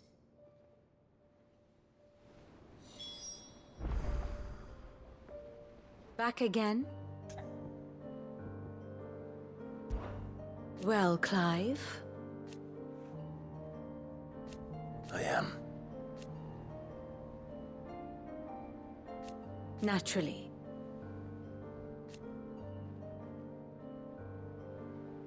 I shall...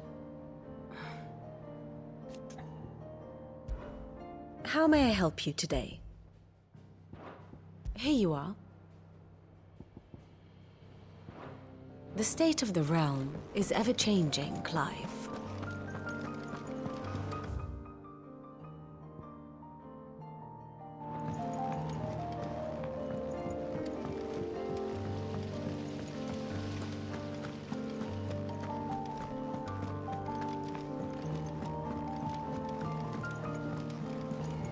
What do you think happened to Miss...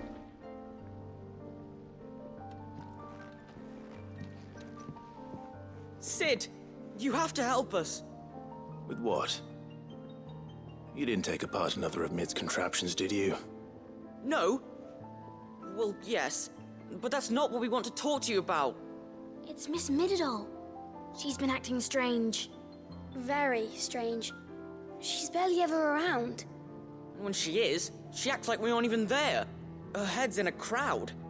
In the clouds. That's what I said. In the clouds. Well, she does have a lot on her mind. When did you last see her? Not long ago. Right after she got back from saving you from Stonehyr. Then it's probably just about the Enterprise. It did take quite a battering on the way there and back. You didn't break it, did you, Sid? You really should be more careful around Miss Mididol's inventions. Don't listen to her. Even if you did break the Enterprise, you could put it back together, couldn't you? But who's gonna put Miss Mididol back together? She seems really sad. Why don't I go and see if I can cheer her up? You do that? For us? She's in her dungeon. Don't scare him. It's not a real dungeon. Thanks for the warning.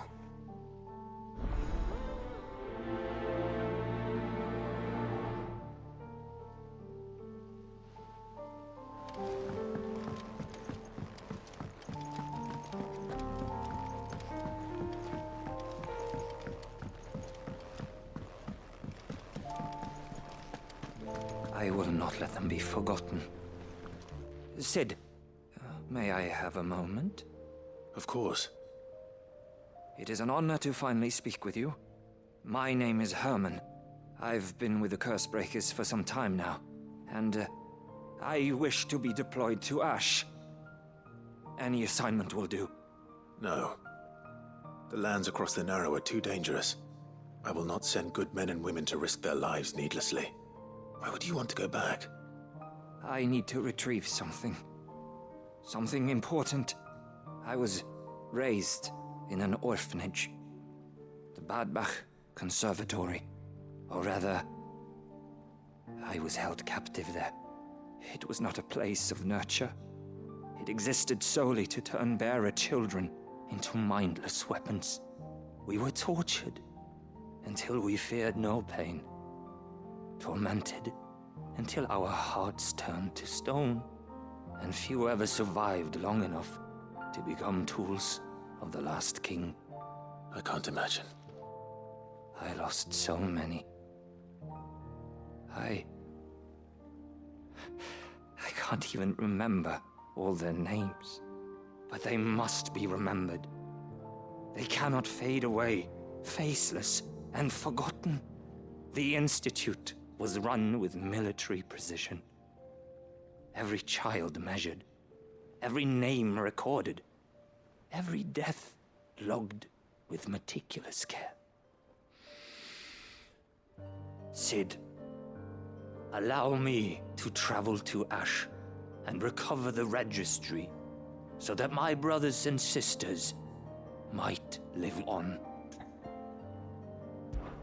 You are a good friend, Herman. But the fact remains that Ash is simply too dangerous. Sid, please. Even should it cost me my life. Too dangerous for you, Herman. But not for me. I'll go to Badbach and find the registry. You will? I won't let you risk your life. I don't know how to thank you. You can start by telling me where I'll find this orphanage. Vie de Grace. Hidden in a forest, overlooking the plains. All right. I'll see what I can find there. May the mothers guide you.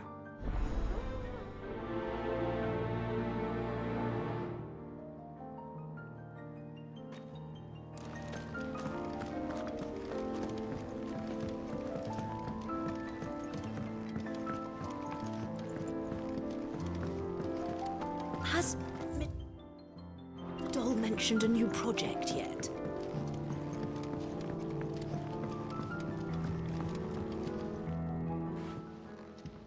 Mid, if you have a... That's it! I knew it! The answer was right here under my arse all along! If this doesn't steer to the skies, nothing will! To the skies? You aren't trying to give the Enterprise wings, are you? What else would I be doing? The children seem to think you're avoiding them. They're worried about you. Is this really so important that you need to shut yourself away from everyone? The Enterprise is already the fastest ship in the realm, and that's with the sea beneath her. But what if she weren't bound to the waves? What if she weren't bound to anything at all? It's not fair. The gods get the skies all to themselves, so I'm gonna do something about it. The Fallen had their chance, but they relied too much on magic. And see where that got them? But not me. I've discovered how to do it without. Well, almost. First, I need to make a prototype. And is that a one-woman job? Are you volunteering? I'll have you know the Enterprise is my baby. But if a godfather's offering to lend a hand, I'd be happy to take it. First, I'll need oil, and not just some old drippings from Miss Molly's spits in the Tub and Crown. Refined stuff, like they make in Ordil. Then I'll need some bone, or shell. Light, strong, preferably no longer attached to the beast it belongs to. If it's beast bones you're after, I'm sure the Cursebreakers will know where you might find some. No, they'll know where you might find some. You're the one who offered to help, remember? I should speak with one of the Cursebreakers before I set off for Old Hill.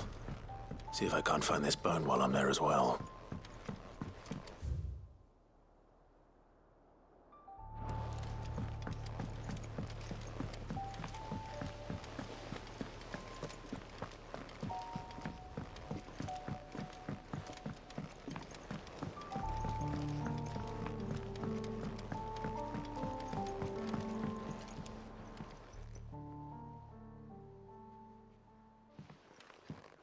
Pining for something, boy. What is it? What do you see out there?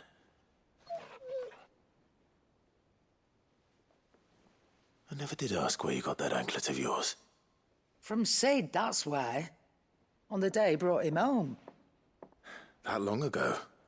And you're only thinking to ask this now? Sid saw that the pup had a habit of gnawing on his leg, since you ask. Clap that there iron on him to keep him from doing it. What was wrong, boy? I'll take like as not. Must have been hard on the poor whelp losing his loving masters at such a young age. Doubly hard in being a frost wolf, torn away from his icons and all. Sid would always tell him, you want that iron gone, you find what it is you're looking for. I reckon what he was looking for was you. I'm sorry, Torgal. Sorry for making you wait so long. Let's get that thing off you.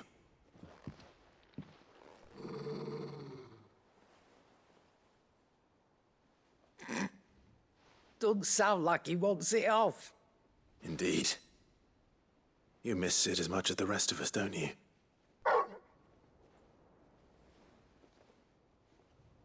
You want me to go with you somewhere?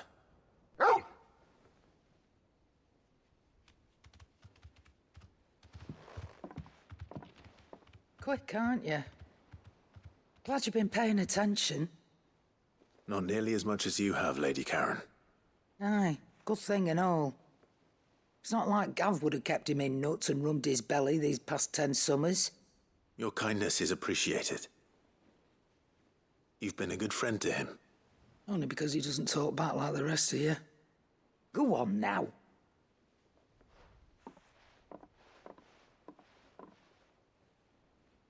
Where to then, Torgal?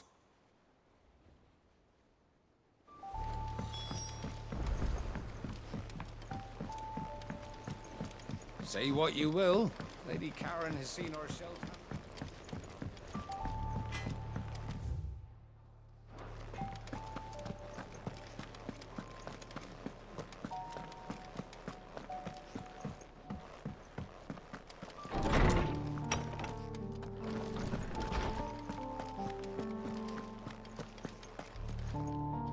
Ah, Clive, my boy. What a pleasure it is to see you. Hippocrates. There's something I need to ask you. I've been charged with locating a book called From a Distance. Then you seek a rare gem indeed. One whose name I had not thought to hear from your lips. You've been talking to Vivian. Right as always. But she didn't seem keen to tell me very much. I take it she didn't like what you had to say. And yet I gather it did naught to dissuade her. Clive, if the young professor has tasked you with obtaining a copy, I fear she asks the impossible. The executors would not allow it. The executors? Coveters of Secrets. A clandestine organization committed to the collection and intenebration of forbidden texts and technologies. One such text being the tome Vivian seeks, chronicling as it does the true history of the enslavement of bearers. A tale which could overturn the established order were it ever to become widely known. Or, so rumor has it. I've never actually read the thing, or even set eyes on it for that matter. How is it that I haven't heard of this organization? Why, secrecy is the executor's watchword. They lurk in the shadows, emerging only to seize that which must be seized, be it books, inventions, or people, before disappearing again, leaving nary a trace. Which would explain why Vivian's copy was snatched from her grasp not long after she found it. By the hand of the executors, yes. But what drives them? Self-interest or ideology? A fine question. Sadly, all that is known of the executors can be recounted in a single breath. You may just as soon ask me of their origins, numbers, or the identities of their leaders. Any answer I give would be pure speculation. Then my hunt was doomed from the first. What was Vivian expecting? That I'd pluck it from thin air? Not from thin air, no. From ash. Rumors of the executors are rife among the scholars of Storm, but rather less so across the strait. I have a friend. Well, I had a friend in the village of Garnick, a collector of rare tomes, upon which subject we would oft correspond. Alas, I have heard naught from him since the skies fell dark. And no doubt he too has turned. But though he did not mention it by name, it is possible that a surviving copy of From a Distance yet rests upon one of his many shelves, quietly awaiting discovery. If you were, by some chance, able to save even a single book from the poor man's library, I know his soul would rest easier. Very well. When I next find myself in Waloed, I'll be sure to pay Garnick a visit.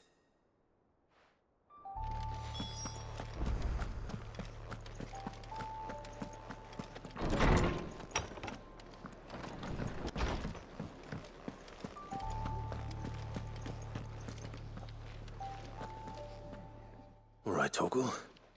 Where are you taking me? I'm going to need a little bit more than that, boy. Do you have a better hint for me? Unless you've already given me one. Back on the rear deck, you were looking west, toward Rosaria.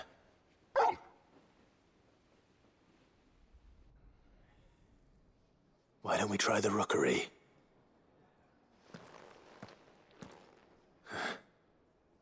I haven't been to the island in almost 20 years. To Port Isolde, then. Fingers crossed the old mooring is still there.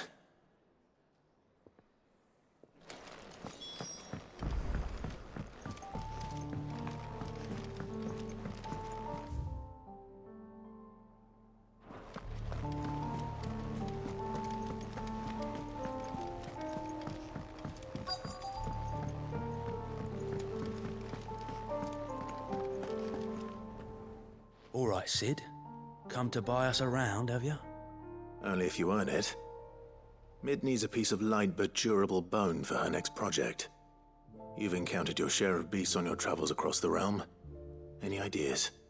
Most bones are the same. Whack 'em hard enough and they'll break. If it's durability you're looking for, shell will serve you better.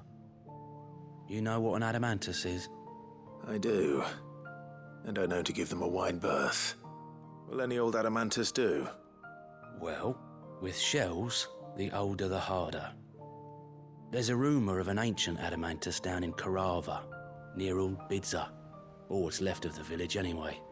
But don't expect to make quick work of the bastard. There's a reason it's lived as long as it has. I'll keep that in mind. Thank you.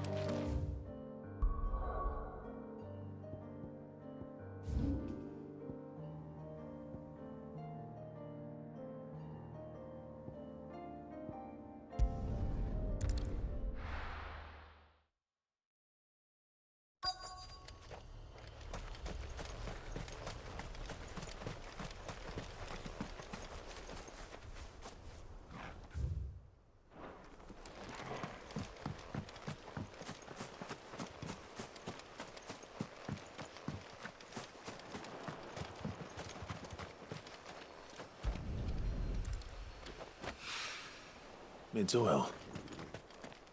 After what happened here, it's a miracle there was any left at all.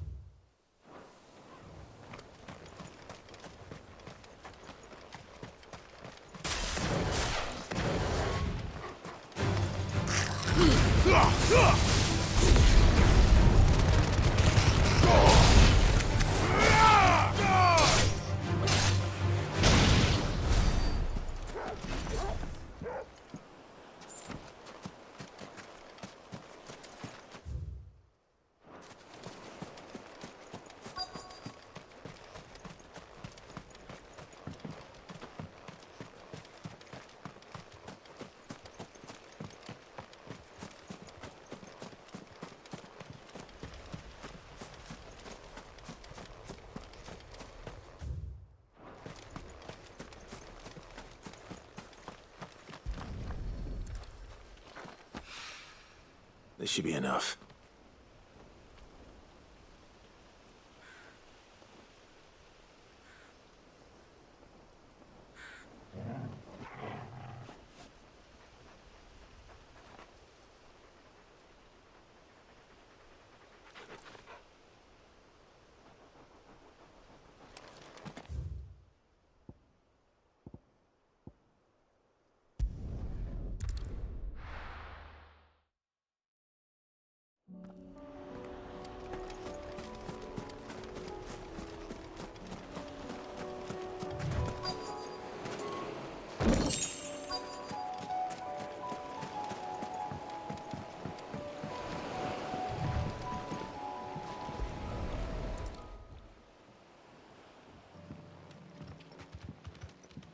It's still here. After all these years. A lot smaller than I remember. And you're a lot bigger. You might have to swim, boy.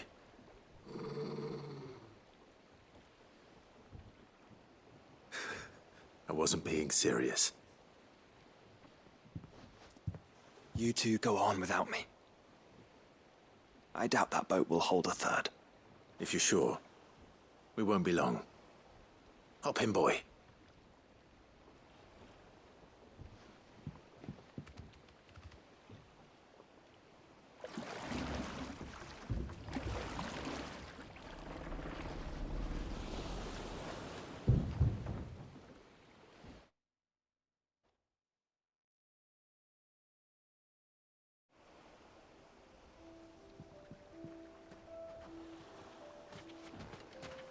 This place hasn't changed at all.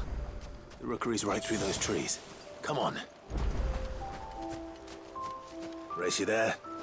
I bet I could still beat you.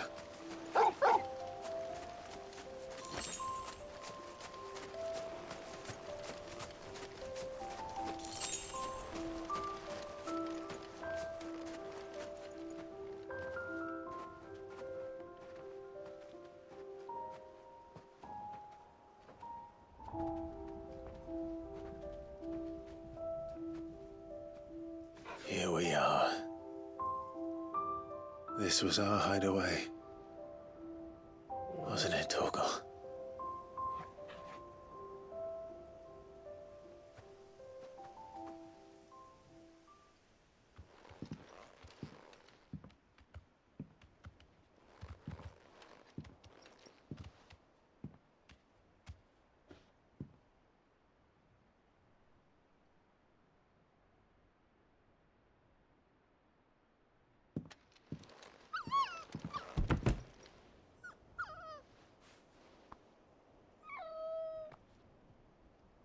Coming here helped me to forget who I was.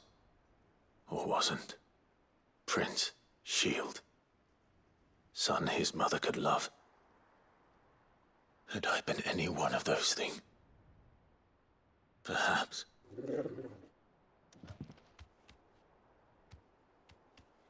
What is it, boy?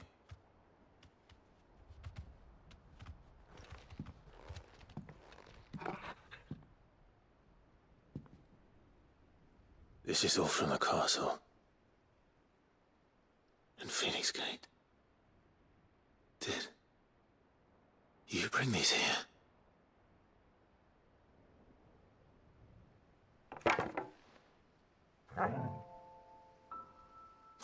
glittering sword.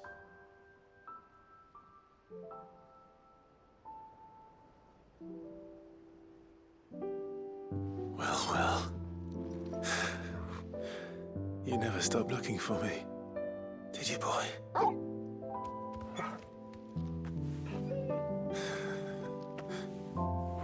Thank you, Torgal,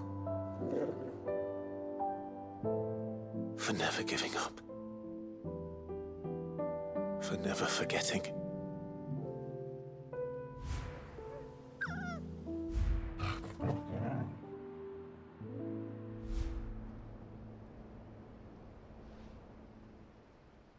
Let's take this with us, shall we? So I don't forget either.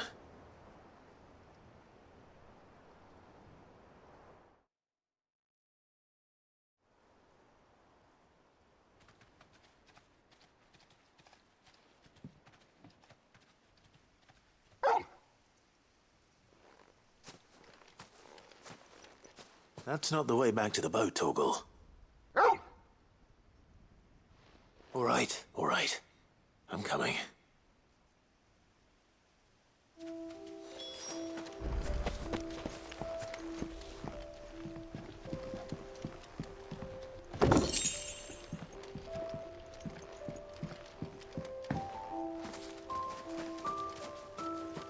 I think I know where we're going.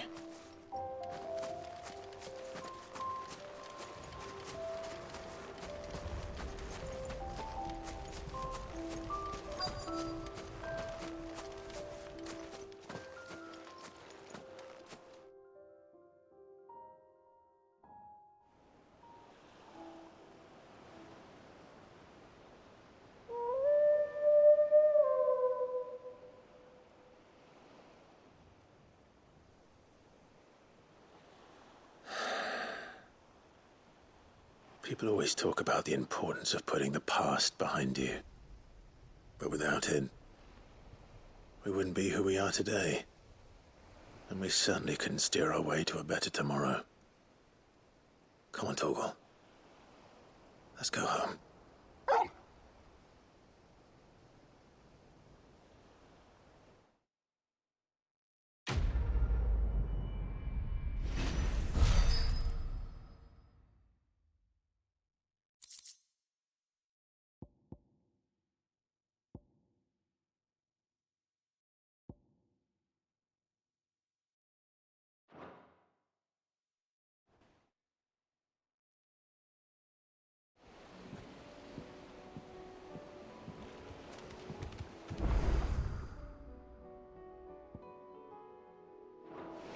Sorry for the...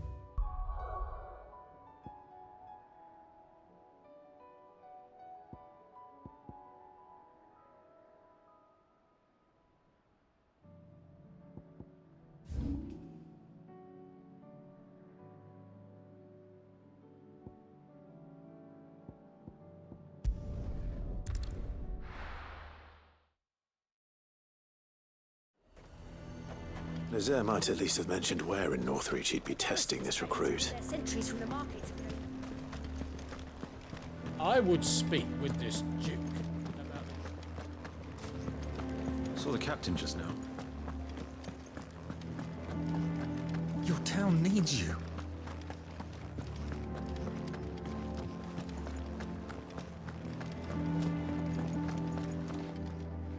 Do you have a moment, Clive? What is it? It's the Duke, unsurprisingly. His Eminence has assumed full control of the garrison and put every able-bodied man to work on the fortifications. The town was left all but unguarded, so Philippe was compelled to form a citizen's watch to fill the void. And though my dear boys have been characteristically willing to assist him in this, they want for bodies.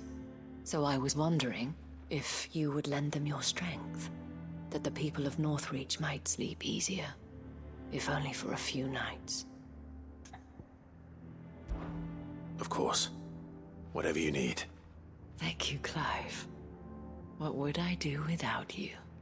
Philippe told me he had men stationed at... Where can I find the mistress of this establishment? Here, my lady. To whom do I have the pleasure of speaking? My name is Sabine, and it is my displeasure to be the daughter of the Duke of Oriflamme, who I understand is causing you and your town no small amount of trouble. I wish to speak to you about what might be done. Very well. Let us speak. I trust you'll forgive me, Clive. Absolutely. Our conversation can wait. Please, proceed. As you know, my father is a most overbearing and supercilious man, and I join you in objecting to his every action. Indeed, I owe you my thanks for continuing to argue against his reckless plans. Yet I fear he is not one to be swayed by reason. No. He must be made to face the consequences of his actions. And who would make him do this? I would. Myself and several other like-minded individuals. Were you to join us, we would surely have the strength to drive him from Northreach for good. Does that not seem a trifle drastic? Drastic action is precisely what is called for. Unless you are content to see your people downtrodden and dispossessed. My father would have it that citizens exist only to serve the Empire. That they should be forced to make every sacrifice to ensure her revival. But he is wrong. It is not the people who must serve the Empire, but the Empire who must serve her people. He's always been like this. Scornful of the opinions of anyone he judged beneath him. But he cannot be allowed to ride roughshod over the common folk any longer. We must fight him by all possible means. Fight him? No. My purpose is to quell the tension in Northreach, not to stoke it. Respectfully, my lady. Our only chance of saving this town depends upon every one of us uniting against our common enemy. Your father and his followers included.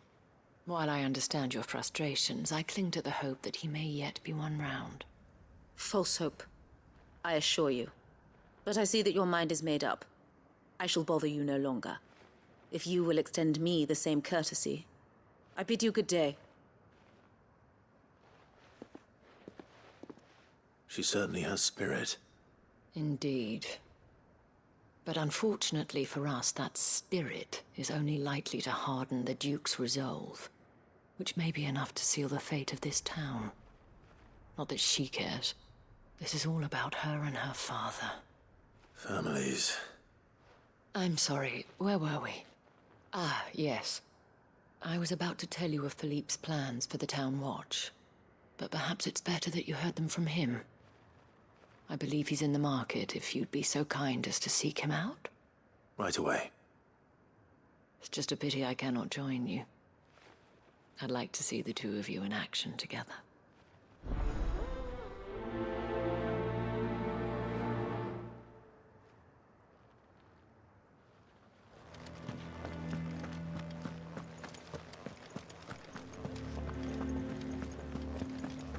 Your town needs you.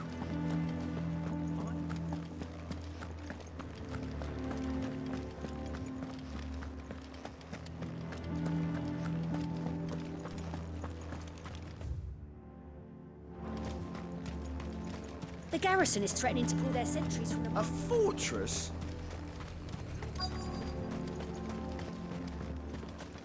I've nerve. Well met, Sid. This is the initiate. Ember, present yourself. At your service, Master. Please, just Sid. There are no masters here. Your life is your own. Oh, of course. Thank you, Sid. The sergeant says you'll be evaluating me at my trial. To become a scout, yes. You are aware of the dangers inherent in that role. I am. But I swore I'd face them. Just like the man who saved my life. And who would that be? Gav. It was him who found me and freed me. No magic, no support, just one man and his nose. Came and sniffed me out. It taught me what one man can do if he puts his mind to it. And I've been training ever since, so that one day I can be someone's saviour, just like Gav was mine. I'm sure he'd be flattered. You clearly have good intentions, Ember. And it sounds like you're under no illusions. Stick to this path and you'll make a fine cursebreaker. So, what? Have I passed? You haven't even started yet. Now listen.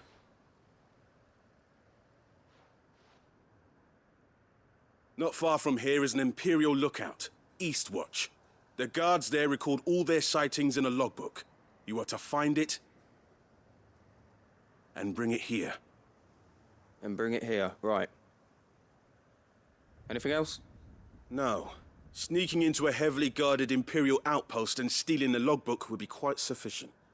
You'll need to assess the situation, determine a point of entry, create a distraction and effect an escape, all without being discovered and thrown into an Imperial oubliette. Ember, Gav isn't our best scout because he can do everything. It's essential that you know your limits. Know my limits, right. I won't let you down.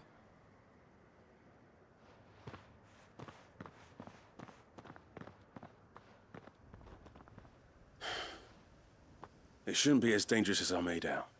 But keep a weather eye on him all the same, would you? On my way. All right, Ember. Impress me.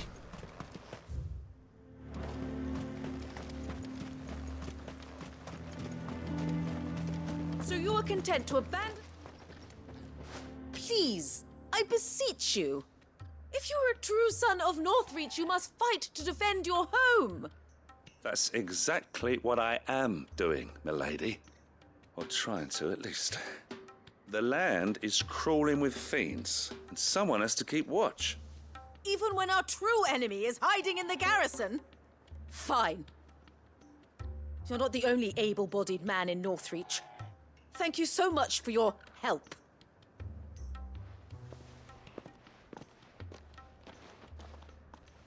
She cornered you too, then? Could hardly get a word in edgeways. Like father, like daughter, eh? She made an uninvited appearance at the Vale earlier, hoping to convince the Dane to join her in fomenting rebellion. I bet that went well. Her ladyship seems to have a way with people. Anyway, what brings you here? Our mutual friend thought you might welcome some help. Oh, she did she? Right as always. In fact, you're just the man. We've had some reports, you see. Sightings of, you know what. They're back. Seems that way. All over, too. We haven't been able to confirm anything yet, but if you're willing, you could go and see what's what. Right. Where should I look? You know Grieger's Weep? One of the sightings places them somewhere on its shores. I'm on my way. Thank you, Clive.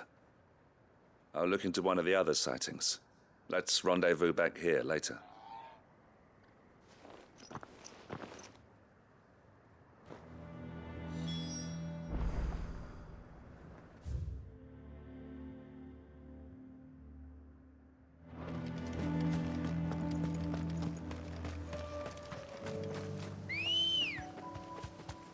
Good girl.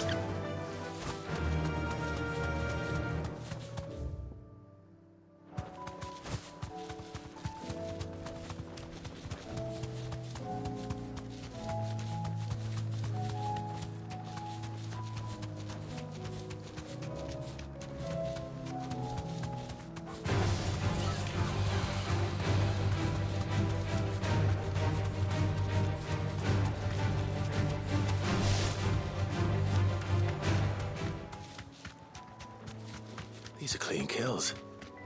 Perhaps young Ember really is ready.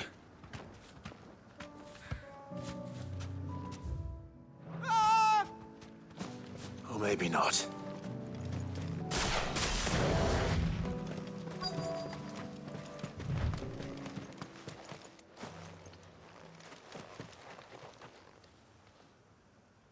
Damn it. Ember, draw your sword! I can't! Then run! If you want him, you'll have to go through me.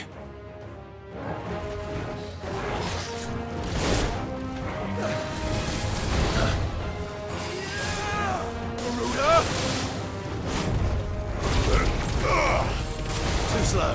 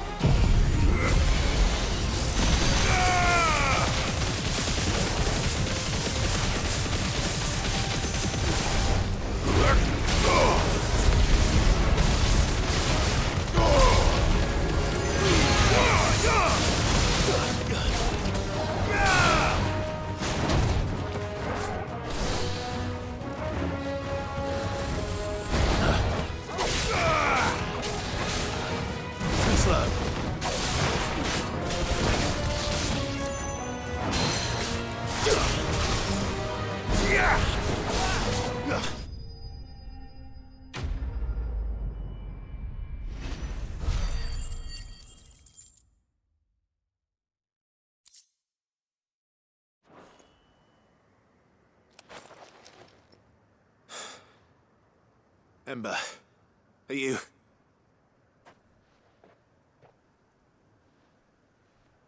Gone. Of course. Scouts really are a rare breed. Back to Northreach it is then.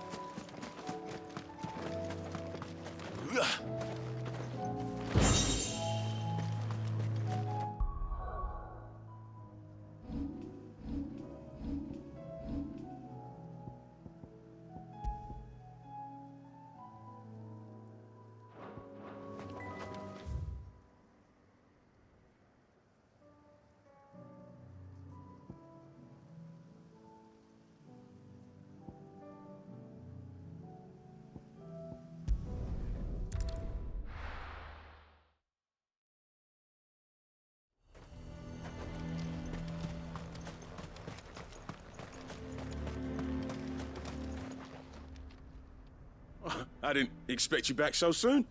Where is Ember? How did he fare? I thought I'd find him with you. He must have fled. I followed him to Eastwatch, where I found him being set upon by a wild Avis. He was just standing there. Didn't even draw his sword. I had to step in and take care of things. But by the time I had, he was nowhere to be seen. I assumed he'd set off in your direction, but apparently not. Oh, I'm sorry, Sid. I knew the boy had a nervous streak, but he seemed like... The right man for the job? I believe this is the logbook you tasked me with retrieving. Eh? How did you... Don't you tell me you breached the tower while Sid was busy saving your skin. What? Wasn't that what you asked me to do?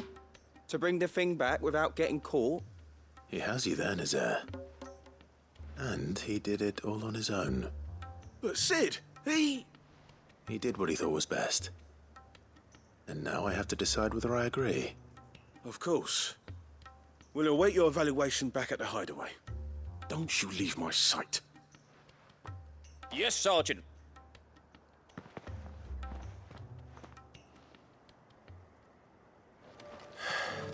This won't be an easy decision.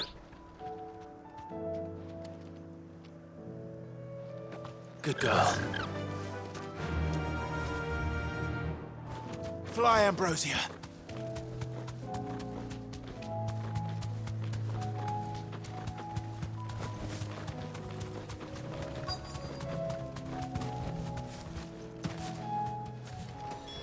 Damn it. The reports were true. I need to stop them before they get to the town.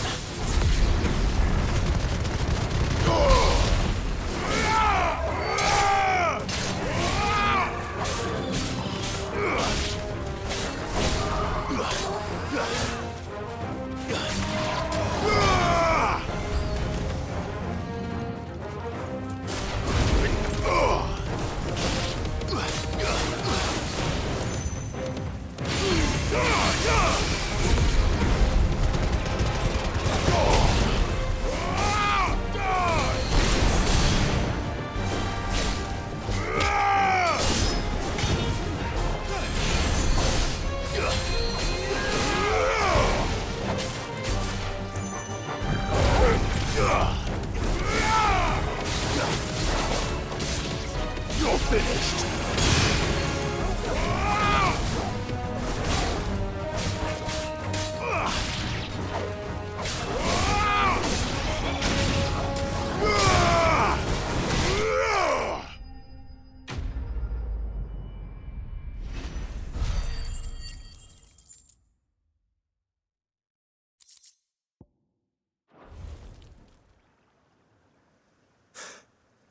Call that a test, Ultima?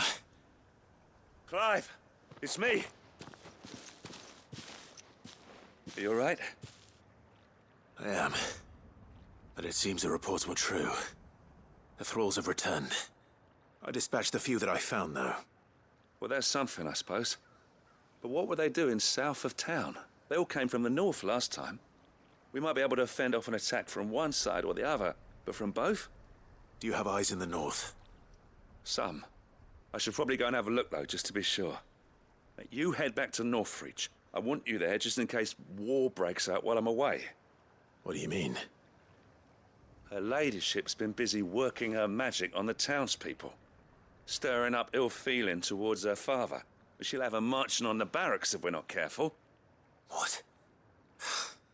This is exactly what the Dane was afraid of. I'll do what I can to calm things down. Be careful out there, all right? Don't worry, I'm not like you. One sniff of those things and I'm running back to town screaming blue murder.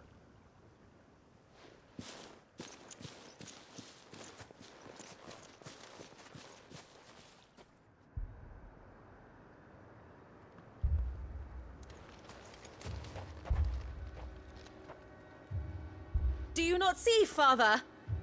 The people of Northreach have given enough, and only a fool would ask for more. Listen to me, Sabine.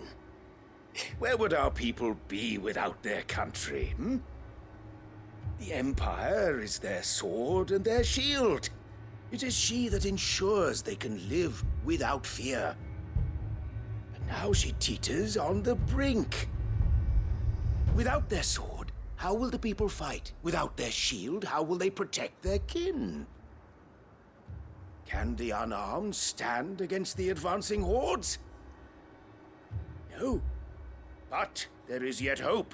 A new shield, a new sword. A new empire. We can rebuild Sandbreck, just as Great Griga wills it. Perhaps we could, Father. But we don't want to. Not if it is built on the broken backs of the people. Please, let us not quarrel in the street. You must see that no good will come of this. Our fight is not with each other, but with the threat that draws ever closer to our gates. A threat that your sword has yet to rid us of, Your Eminence. You will hold your tongue, whore! You may have filled my daughter's head with your heresy, but I will not be corrupted. Corrupted? Your daughter's opinions are her own, as you would know if you had ever deigned to listen to her. At least I hope they are your opinions, and not posturing born of a family feud. Northreach deserves better than that. Northreach deserves better than you, Carla. Yes, I know who you are. The slut of Twinside who bedded a Branded. Jealous, are you? That a woman might choose a bearer over a pious man of Griga. Clive! I met a swarm of thralls coming south from Oriflamme. Hundreds of them. Too many to count. Oh, fuck. No. Work on the fortifications has scarcely begun. We will retreat to Caer Norvent and there make our stand. Did you hear me? That was an order! While this is but a heartfelt plea, let us make our stand here and protect our homes. Protect those that we love. Together, for Northreach!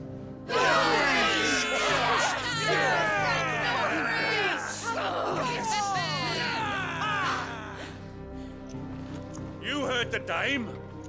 What are we waiting for? Pikemen to the gates. Archers to the roofs. Quickly, come on!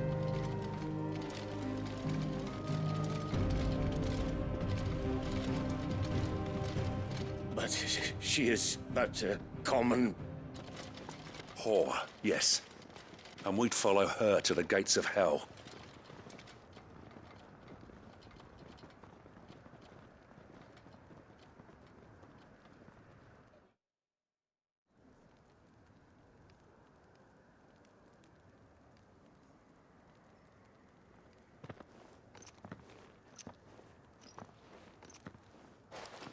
The men have their orders, and they look like following them.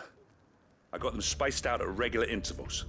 Whichever direction the thralls strike from, there'll be someone there to meet them. Thank you, Philippe. Rest assured the people will play their part. The herbalist has donated her stock of medicines to me. Should any of your men be injured, take them to the Vale. We'll see to them there. Thank you, milady. I will. I'll play my part too. You still want for numbers. Unlike the enemy. I only hope I can go some way to evening the odds. Philippe, can I leave the south in your hands? I doubt the thralls by the lake were the last of their number. Of course. I'll lead a party down that way so we don't get taken by surprise. What about you? I'll make my way up the road to Oriflamme. I fought a few of these things. And while I can't promise to hold them all back, I should be able to thin the herd. All right. But take care. Thank you. Both of you. You can thank us when it's over. Till then, madame.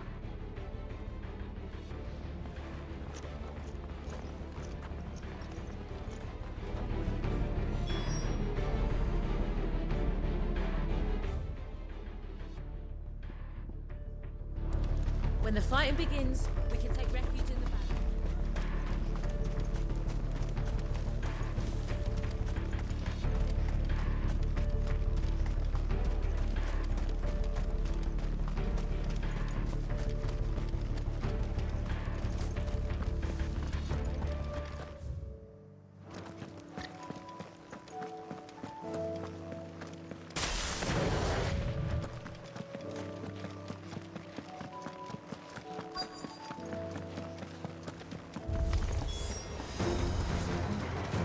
There are so many of them. Not for long.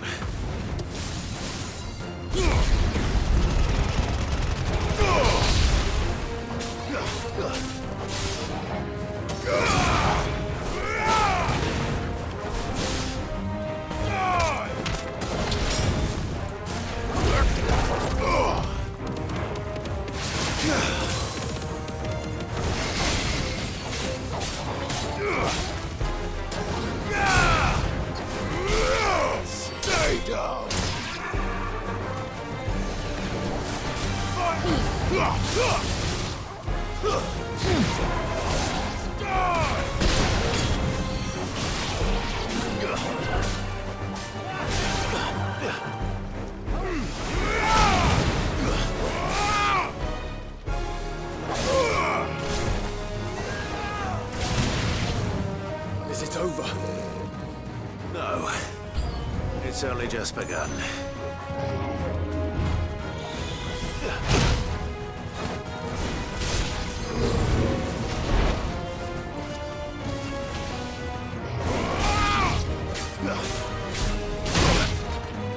That's better. Rest. Take some for yourself. May it prove useful.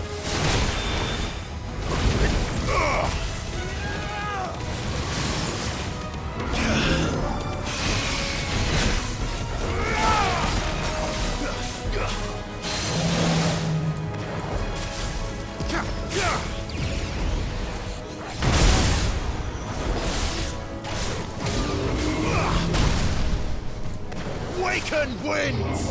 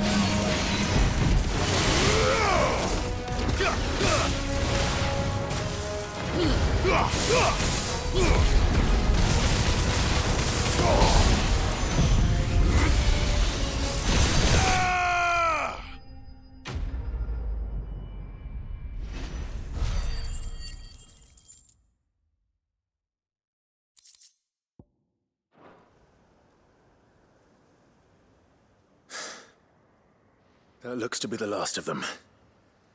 I wonder how the others fared. Better hurry back to town. Come on, Torgal.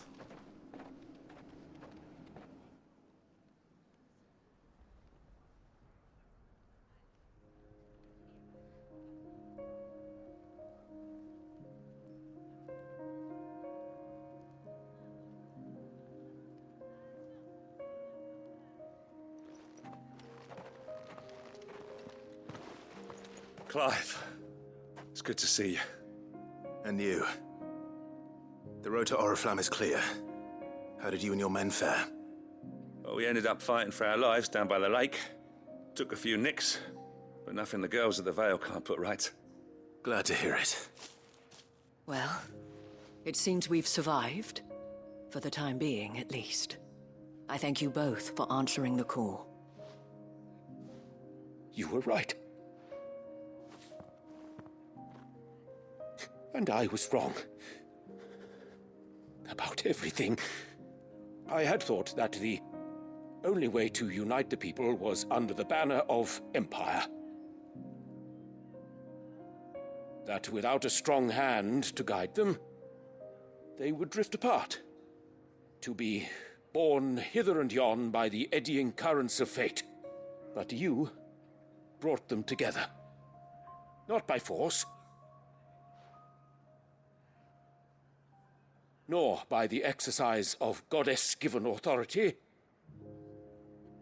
but by simply being one of them. By knowing what they feel, because you feel it yourself. Our purpose was ever the same, Your Eminence. You were merely distracted by a loftier vision of empire and glory, while our eyes beheld matters closer to home. You have the right of it again. As did you, Sabine. His radiance said it himself. Sanbreque is naught without her citizens. I forgot that, and I am sorry. I'm sorry too, Father. I should never have taken things so far. I only wanted you to understand how the people felt. How I felt. But my anger got the better of me. Do not blame yourself, my dear. This was my doing. I should have listened to you. To all of you. Your Eminence, your ladyship, I do not doubt that you came here with the best of intentions. But I believe the same could be said of us all. We all want safety, security, prosperity. Not just for Northreach, but for the entire realm. And we may yet achieve it. If only we work together. Will you join us in this? Yes. We shall.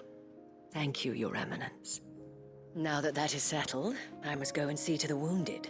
The Vale's doors are always open to any soldier in need of relief. And today there are more than ever before.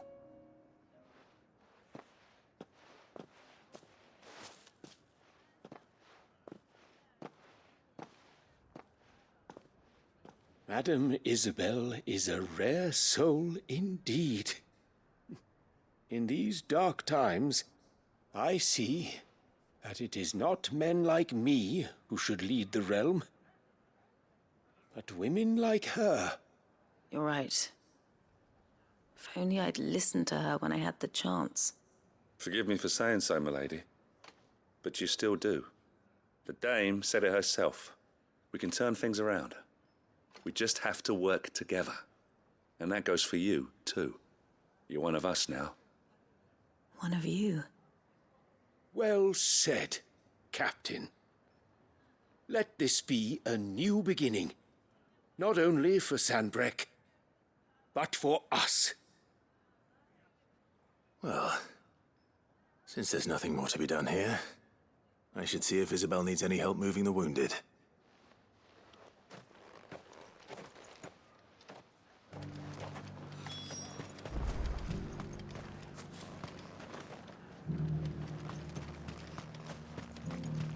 Can we get you anything?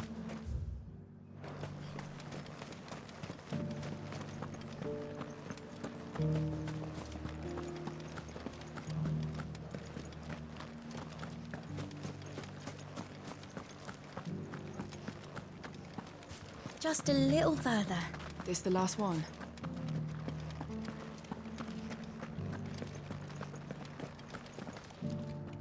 How goes the treatment of the wounded?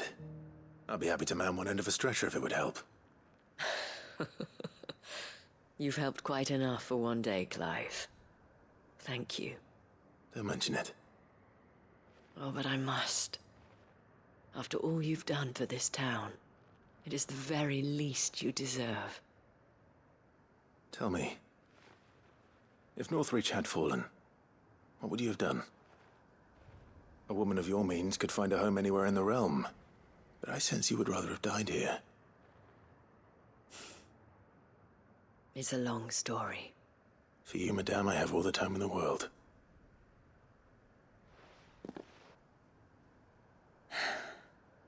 Very well. Long ago, I had a life in the Crystalline Dominion. I was Carla then, courtesan to the nobility. So sought after was I that it was only they who could afford my time. Alas, those halcyon days were not to last. For naive as I was, I fell in love with a bearer. He was my master's guard, the gentlest man I have ever known. After they discovered us together, he was whipped bloody and forbidden from ever looking at me again. And so we fled. Not that we had anywhere to flee to. We wandered, aimless and starving, half dreading, half praying that the next day would be our last.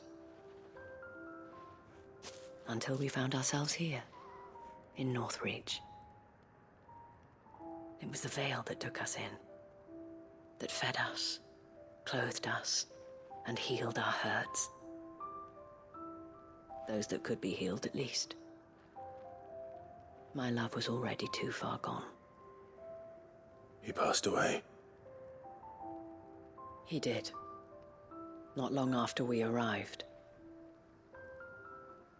But at least we were able to share a few moments of peace before the end. It was the greatest gift I have ever received. But the generosity of this town and her people did not end there. The men and women of the Vale supported me through my grief. Shared in it, though I was still a stranger to them. They treated me like a sister.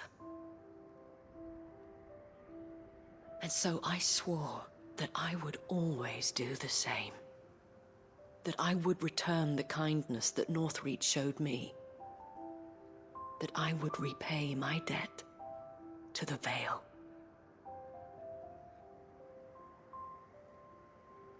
Thank you, Isabel, for sharing this with me.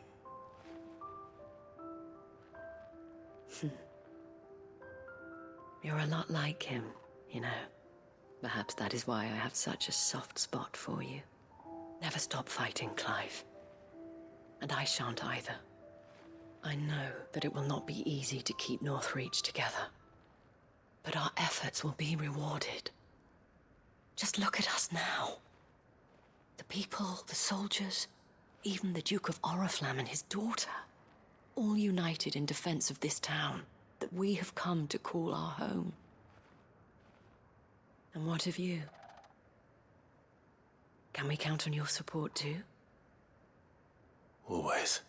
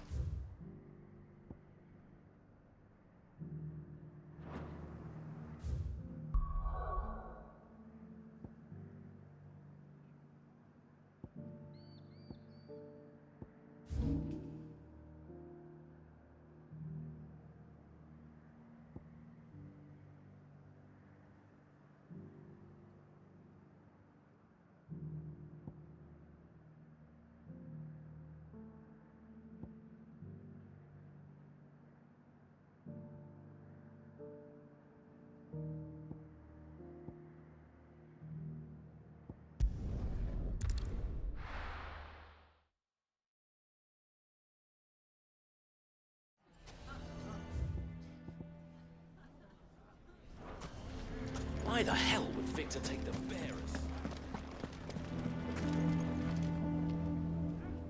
Here to help me pack? Thanks, but I'll be traveling light.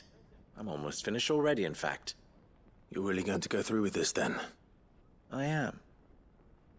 But before I go, there is one small issue I'd like your assistance with.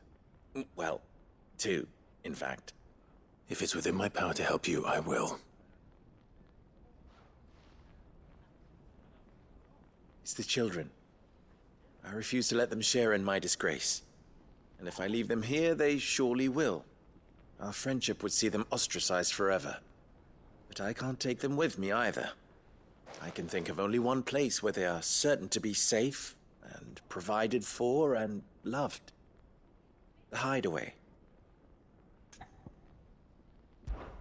Of course. The children would be more than welcome. Thank you, Clive. I will not forget this. Lubor, are you still here? What is it, Ferda? You look pale. There's been a flood in the Velcroy, a damn big one. The League of Outlaws encampment was completely submerged in ether. What? Every last one of the bastards has turned. And they're headed this way. Bandits are one thing, but Akashic bandits are quite another. The town guard won't stand a chance against them. We need to evacuate. There's no time to lose. Ferda, gather the men. The Akashic may strike at any moment. We must make ready to cover the townspeople's escape. Well, what are you waiting for? Yes, my lord. Clive, change of plan. The children stay with me for now. I need you to find Conrad and Natalie. Tell them to prepare for a full and immediate evacuation. Understood. I'll do what I can to convince everyone else. Wish me luck.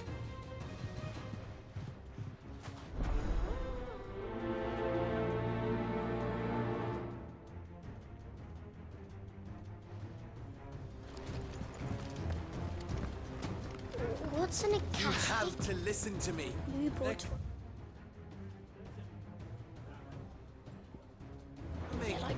You need to evacuate. Know your place. Why do they always have to make such a...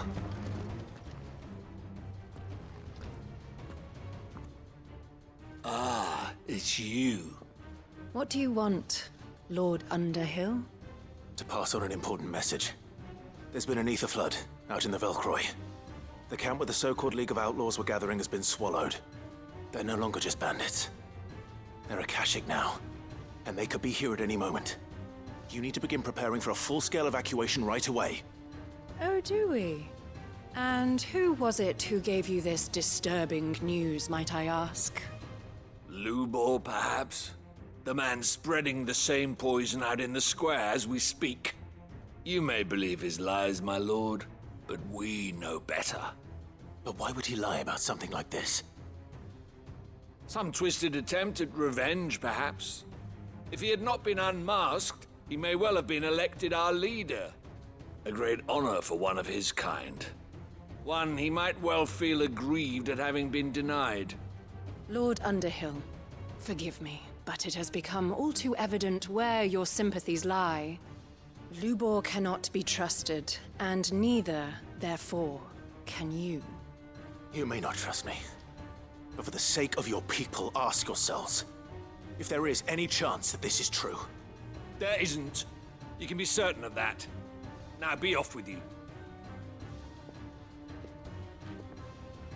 You're making a mistake. Come, Clive. If our words will not move them, then we must find another way to help save the town. You're right. Let's speak to Lord Ferda.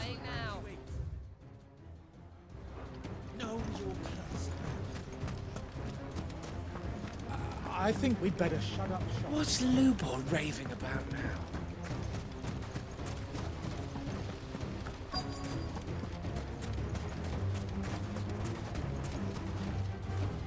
Lord Ferda. Sid, what's wrong? I went to warn Conrad and Natalie about the Akashic, but they wouldn't listen. They've convinced themselves that nothing Lubor says can be trusted. The bloody fools. Which means the town guard can't be counted on for support. but I can. If there's anything I can do to help you defend Dalamil, you only have to ask. I appreciate it. Sid! Further! I've been looking for you everywhere. Victor? I thought you'd left. I couldn't abandon a friend in need. And Lubo is in need at this very moment. Come quickly.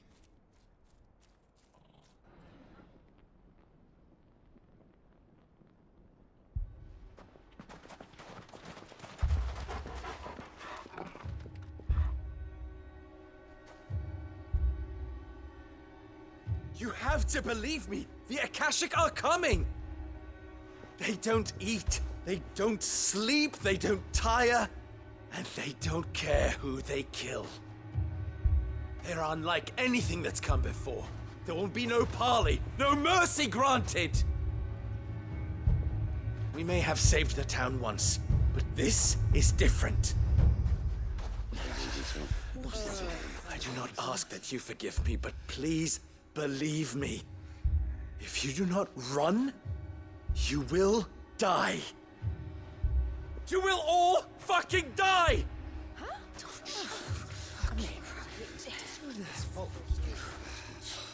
You'd like that, wouldn't you, bearer?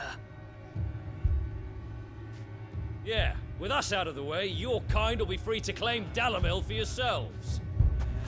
It's you who should run! Run, bearer! Yeah, run! Run! Far, far away! Run! Just go, bearer! Yeah. Yeah. Yes! Go! Come on, then. Go on! Go! Just go. Just go. Lubo. Wait. Someone's coming. Go. Come on. Stop! You're hurting him!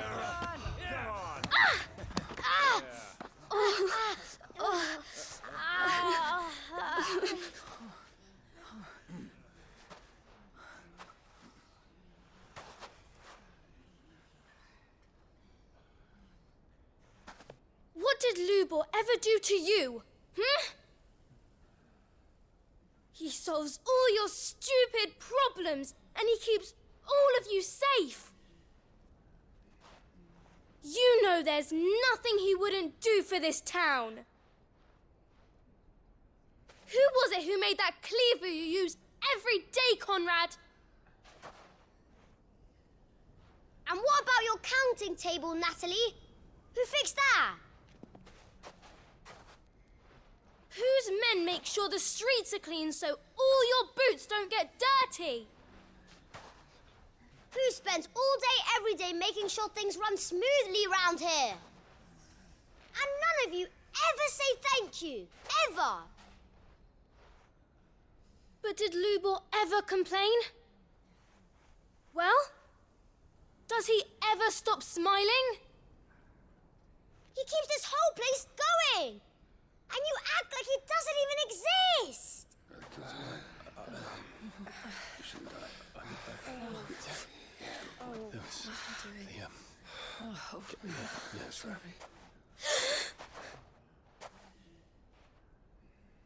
Lubor, we've heard enough. Wait! We will not run. The town guard will not abandon the very place it is sworn to protect. And I will not give up for lost the stores that we labored so hard to fill.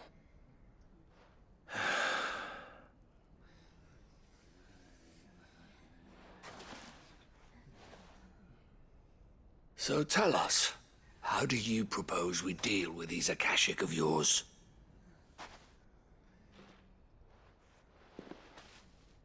We won't run, but we will fight.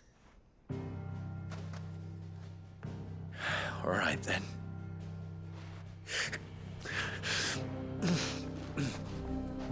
Fine.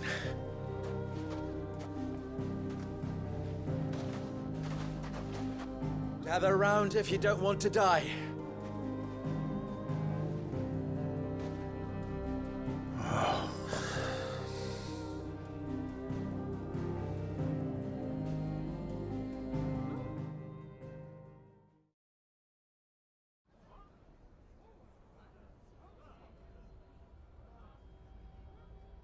Allow me to explain the situation. The ether flood occurred near the village of Cheratina, deep in the Velcroy. The place had been abandoned for years, until the League of Outlaws decided to make it their base of operations. Now they're all turned, and if the scouts' reports are correct, heading in this direction. They are mindless monsters, driven only by hate and rage, and they are utterly unpredictable. With the bandits, we at least knew how and where they were likely to attack. When these creatures come, Dalamil will have the bitterest fight it has ever faced on its hands. The town guard will muster at the north gate. The rest of us will take the south. Both forces will provide men to serve as scouts and messengers, ready to spread word of the size and nature of the Akashic Force as soon as it is spotted. And as soon as it has been, we will converge on its position and see that it is driven back from Dalamil at all costs. Conrad, can I count on the support of the town guard? Always. I leave the selection and coordination of the messengers in your hands, Victor. And the command of our men in yours, Ferda. If you would both be so kind. Consider it done. As you wish. Natalie, I would ask that you and your people have the townsfolk barricade themselves inside the bathhouse. And tell the merchant not to waste time securing anything beside the essentials. Preserving life is our one and only concern. As long as we survive, it doesn't matter what trinkets we might lose. Our riches can be regained. And if anyone doubts that, let it be known that the Briar's Kiss stands ready to cover any losses. Very well. I shall tell them. Where do I fit into this plan? Where else but the most perilous place of all? I would like you to travel to the home of our erstwhile League of Outlaws, Cheratina itself. The main host is most likely still there, and Dalamil will not be safe until it is eradicated, root and branch. A little gardening. How pleasant. I doubt it. I have a feeling these weeds will be particularly stubborn. Luckily, so am I. So you are. All right then, we all know what we have to do. Now it's simply a matter of doing it. For Dalamil.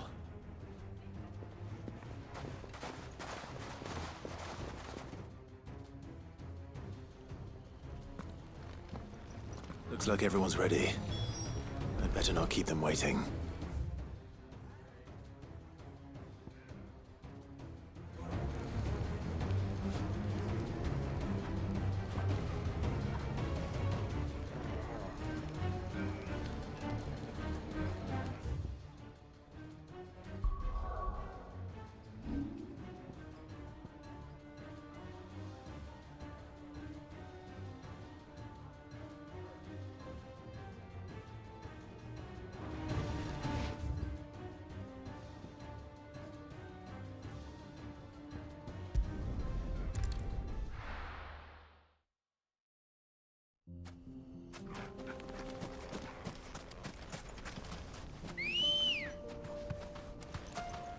Ready, go?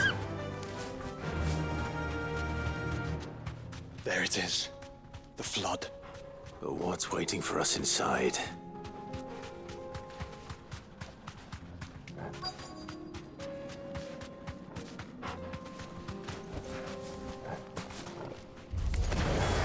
We can't leave a single one alive.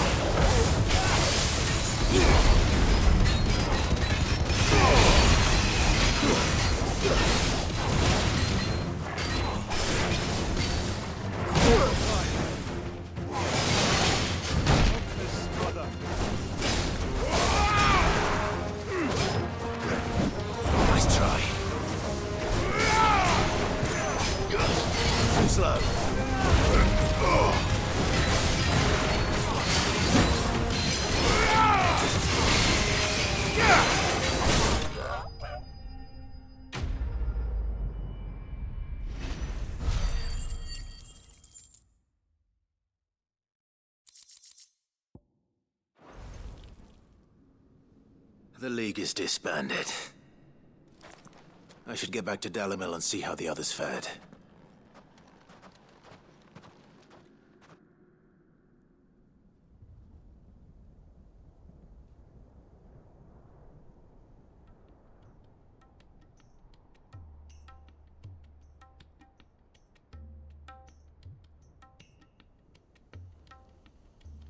All the Akashic we were able to find have been dealt with.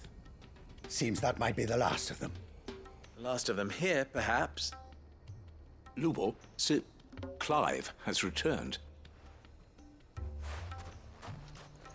Clive! What news from Charatina? It's done. Root and branch. I knew you wouldn't let me down. Thank you, my lord. Friends, the Horde has been driven back. The Akashic have been defeated. And we need not fear the arrival of any more, thanks to Clive. Victory is ours. We bloody did it! We saved Dalimil. Lubor, allow me to apologize. After all you have done for this town, we should never have doubted you. But we did. And for that we are truly sorry. We only hope that you can forgive us. We need you, Lubor. Dalimil needs you. So, if you would still like to be considered for the position of mayor, you have our backing. You do remember that I'm a bearer, don't you?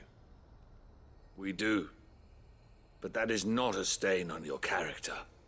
It is a stain on ours. We thought only of what we perceived bearers to be, not what you truly are.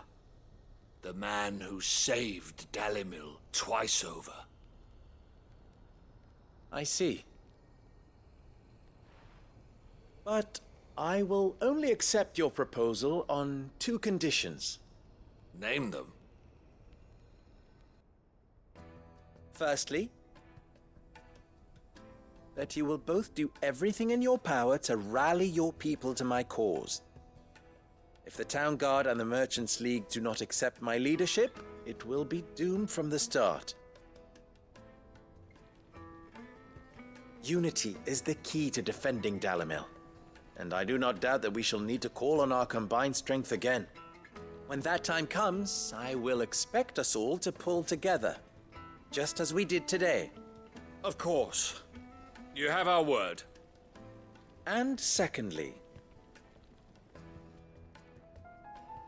you will accept that if I am to lead you, the mistreatment of bearers must end here in Dalimil. Any bearer within our walls shall be afforded the same rights as any other citizen. They will not be judged by what they are, but who they are. As we failed to do, and came so close to losing everything. We agree to your conditions. And we have only one in return. That you continue to work for the good of Dalimil, as you always have. Condition accepted. Well then. It seems my mayorship is all but confirmed. Do I get some sort of special hat?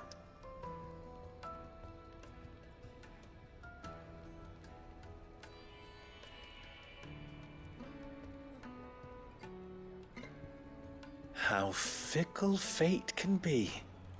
Not so long ago, I had resigned myself to leaving Dalimil in disgrace. And now, I find myself her leader. Here. For everything.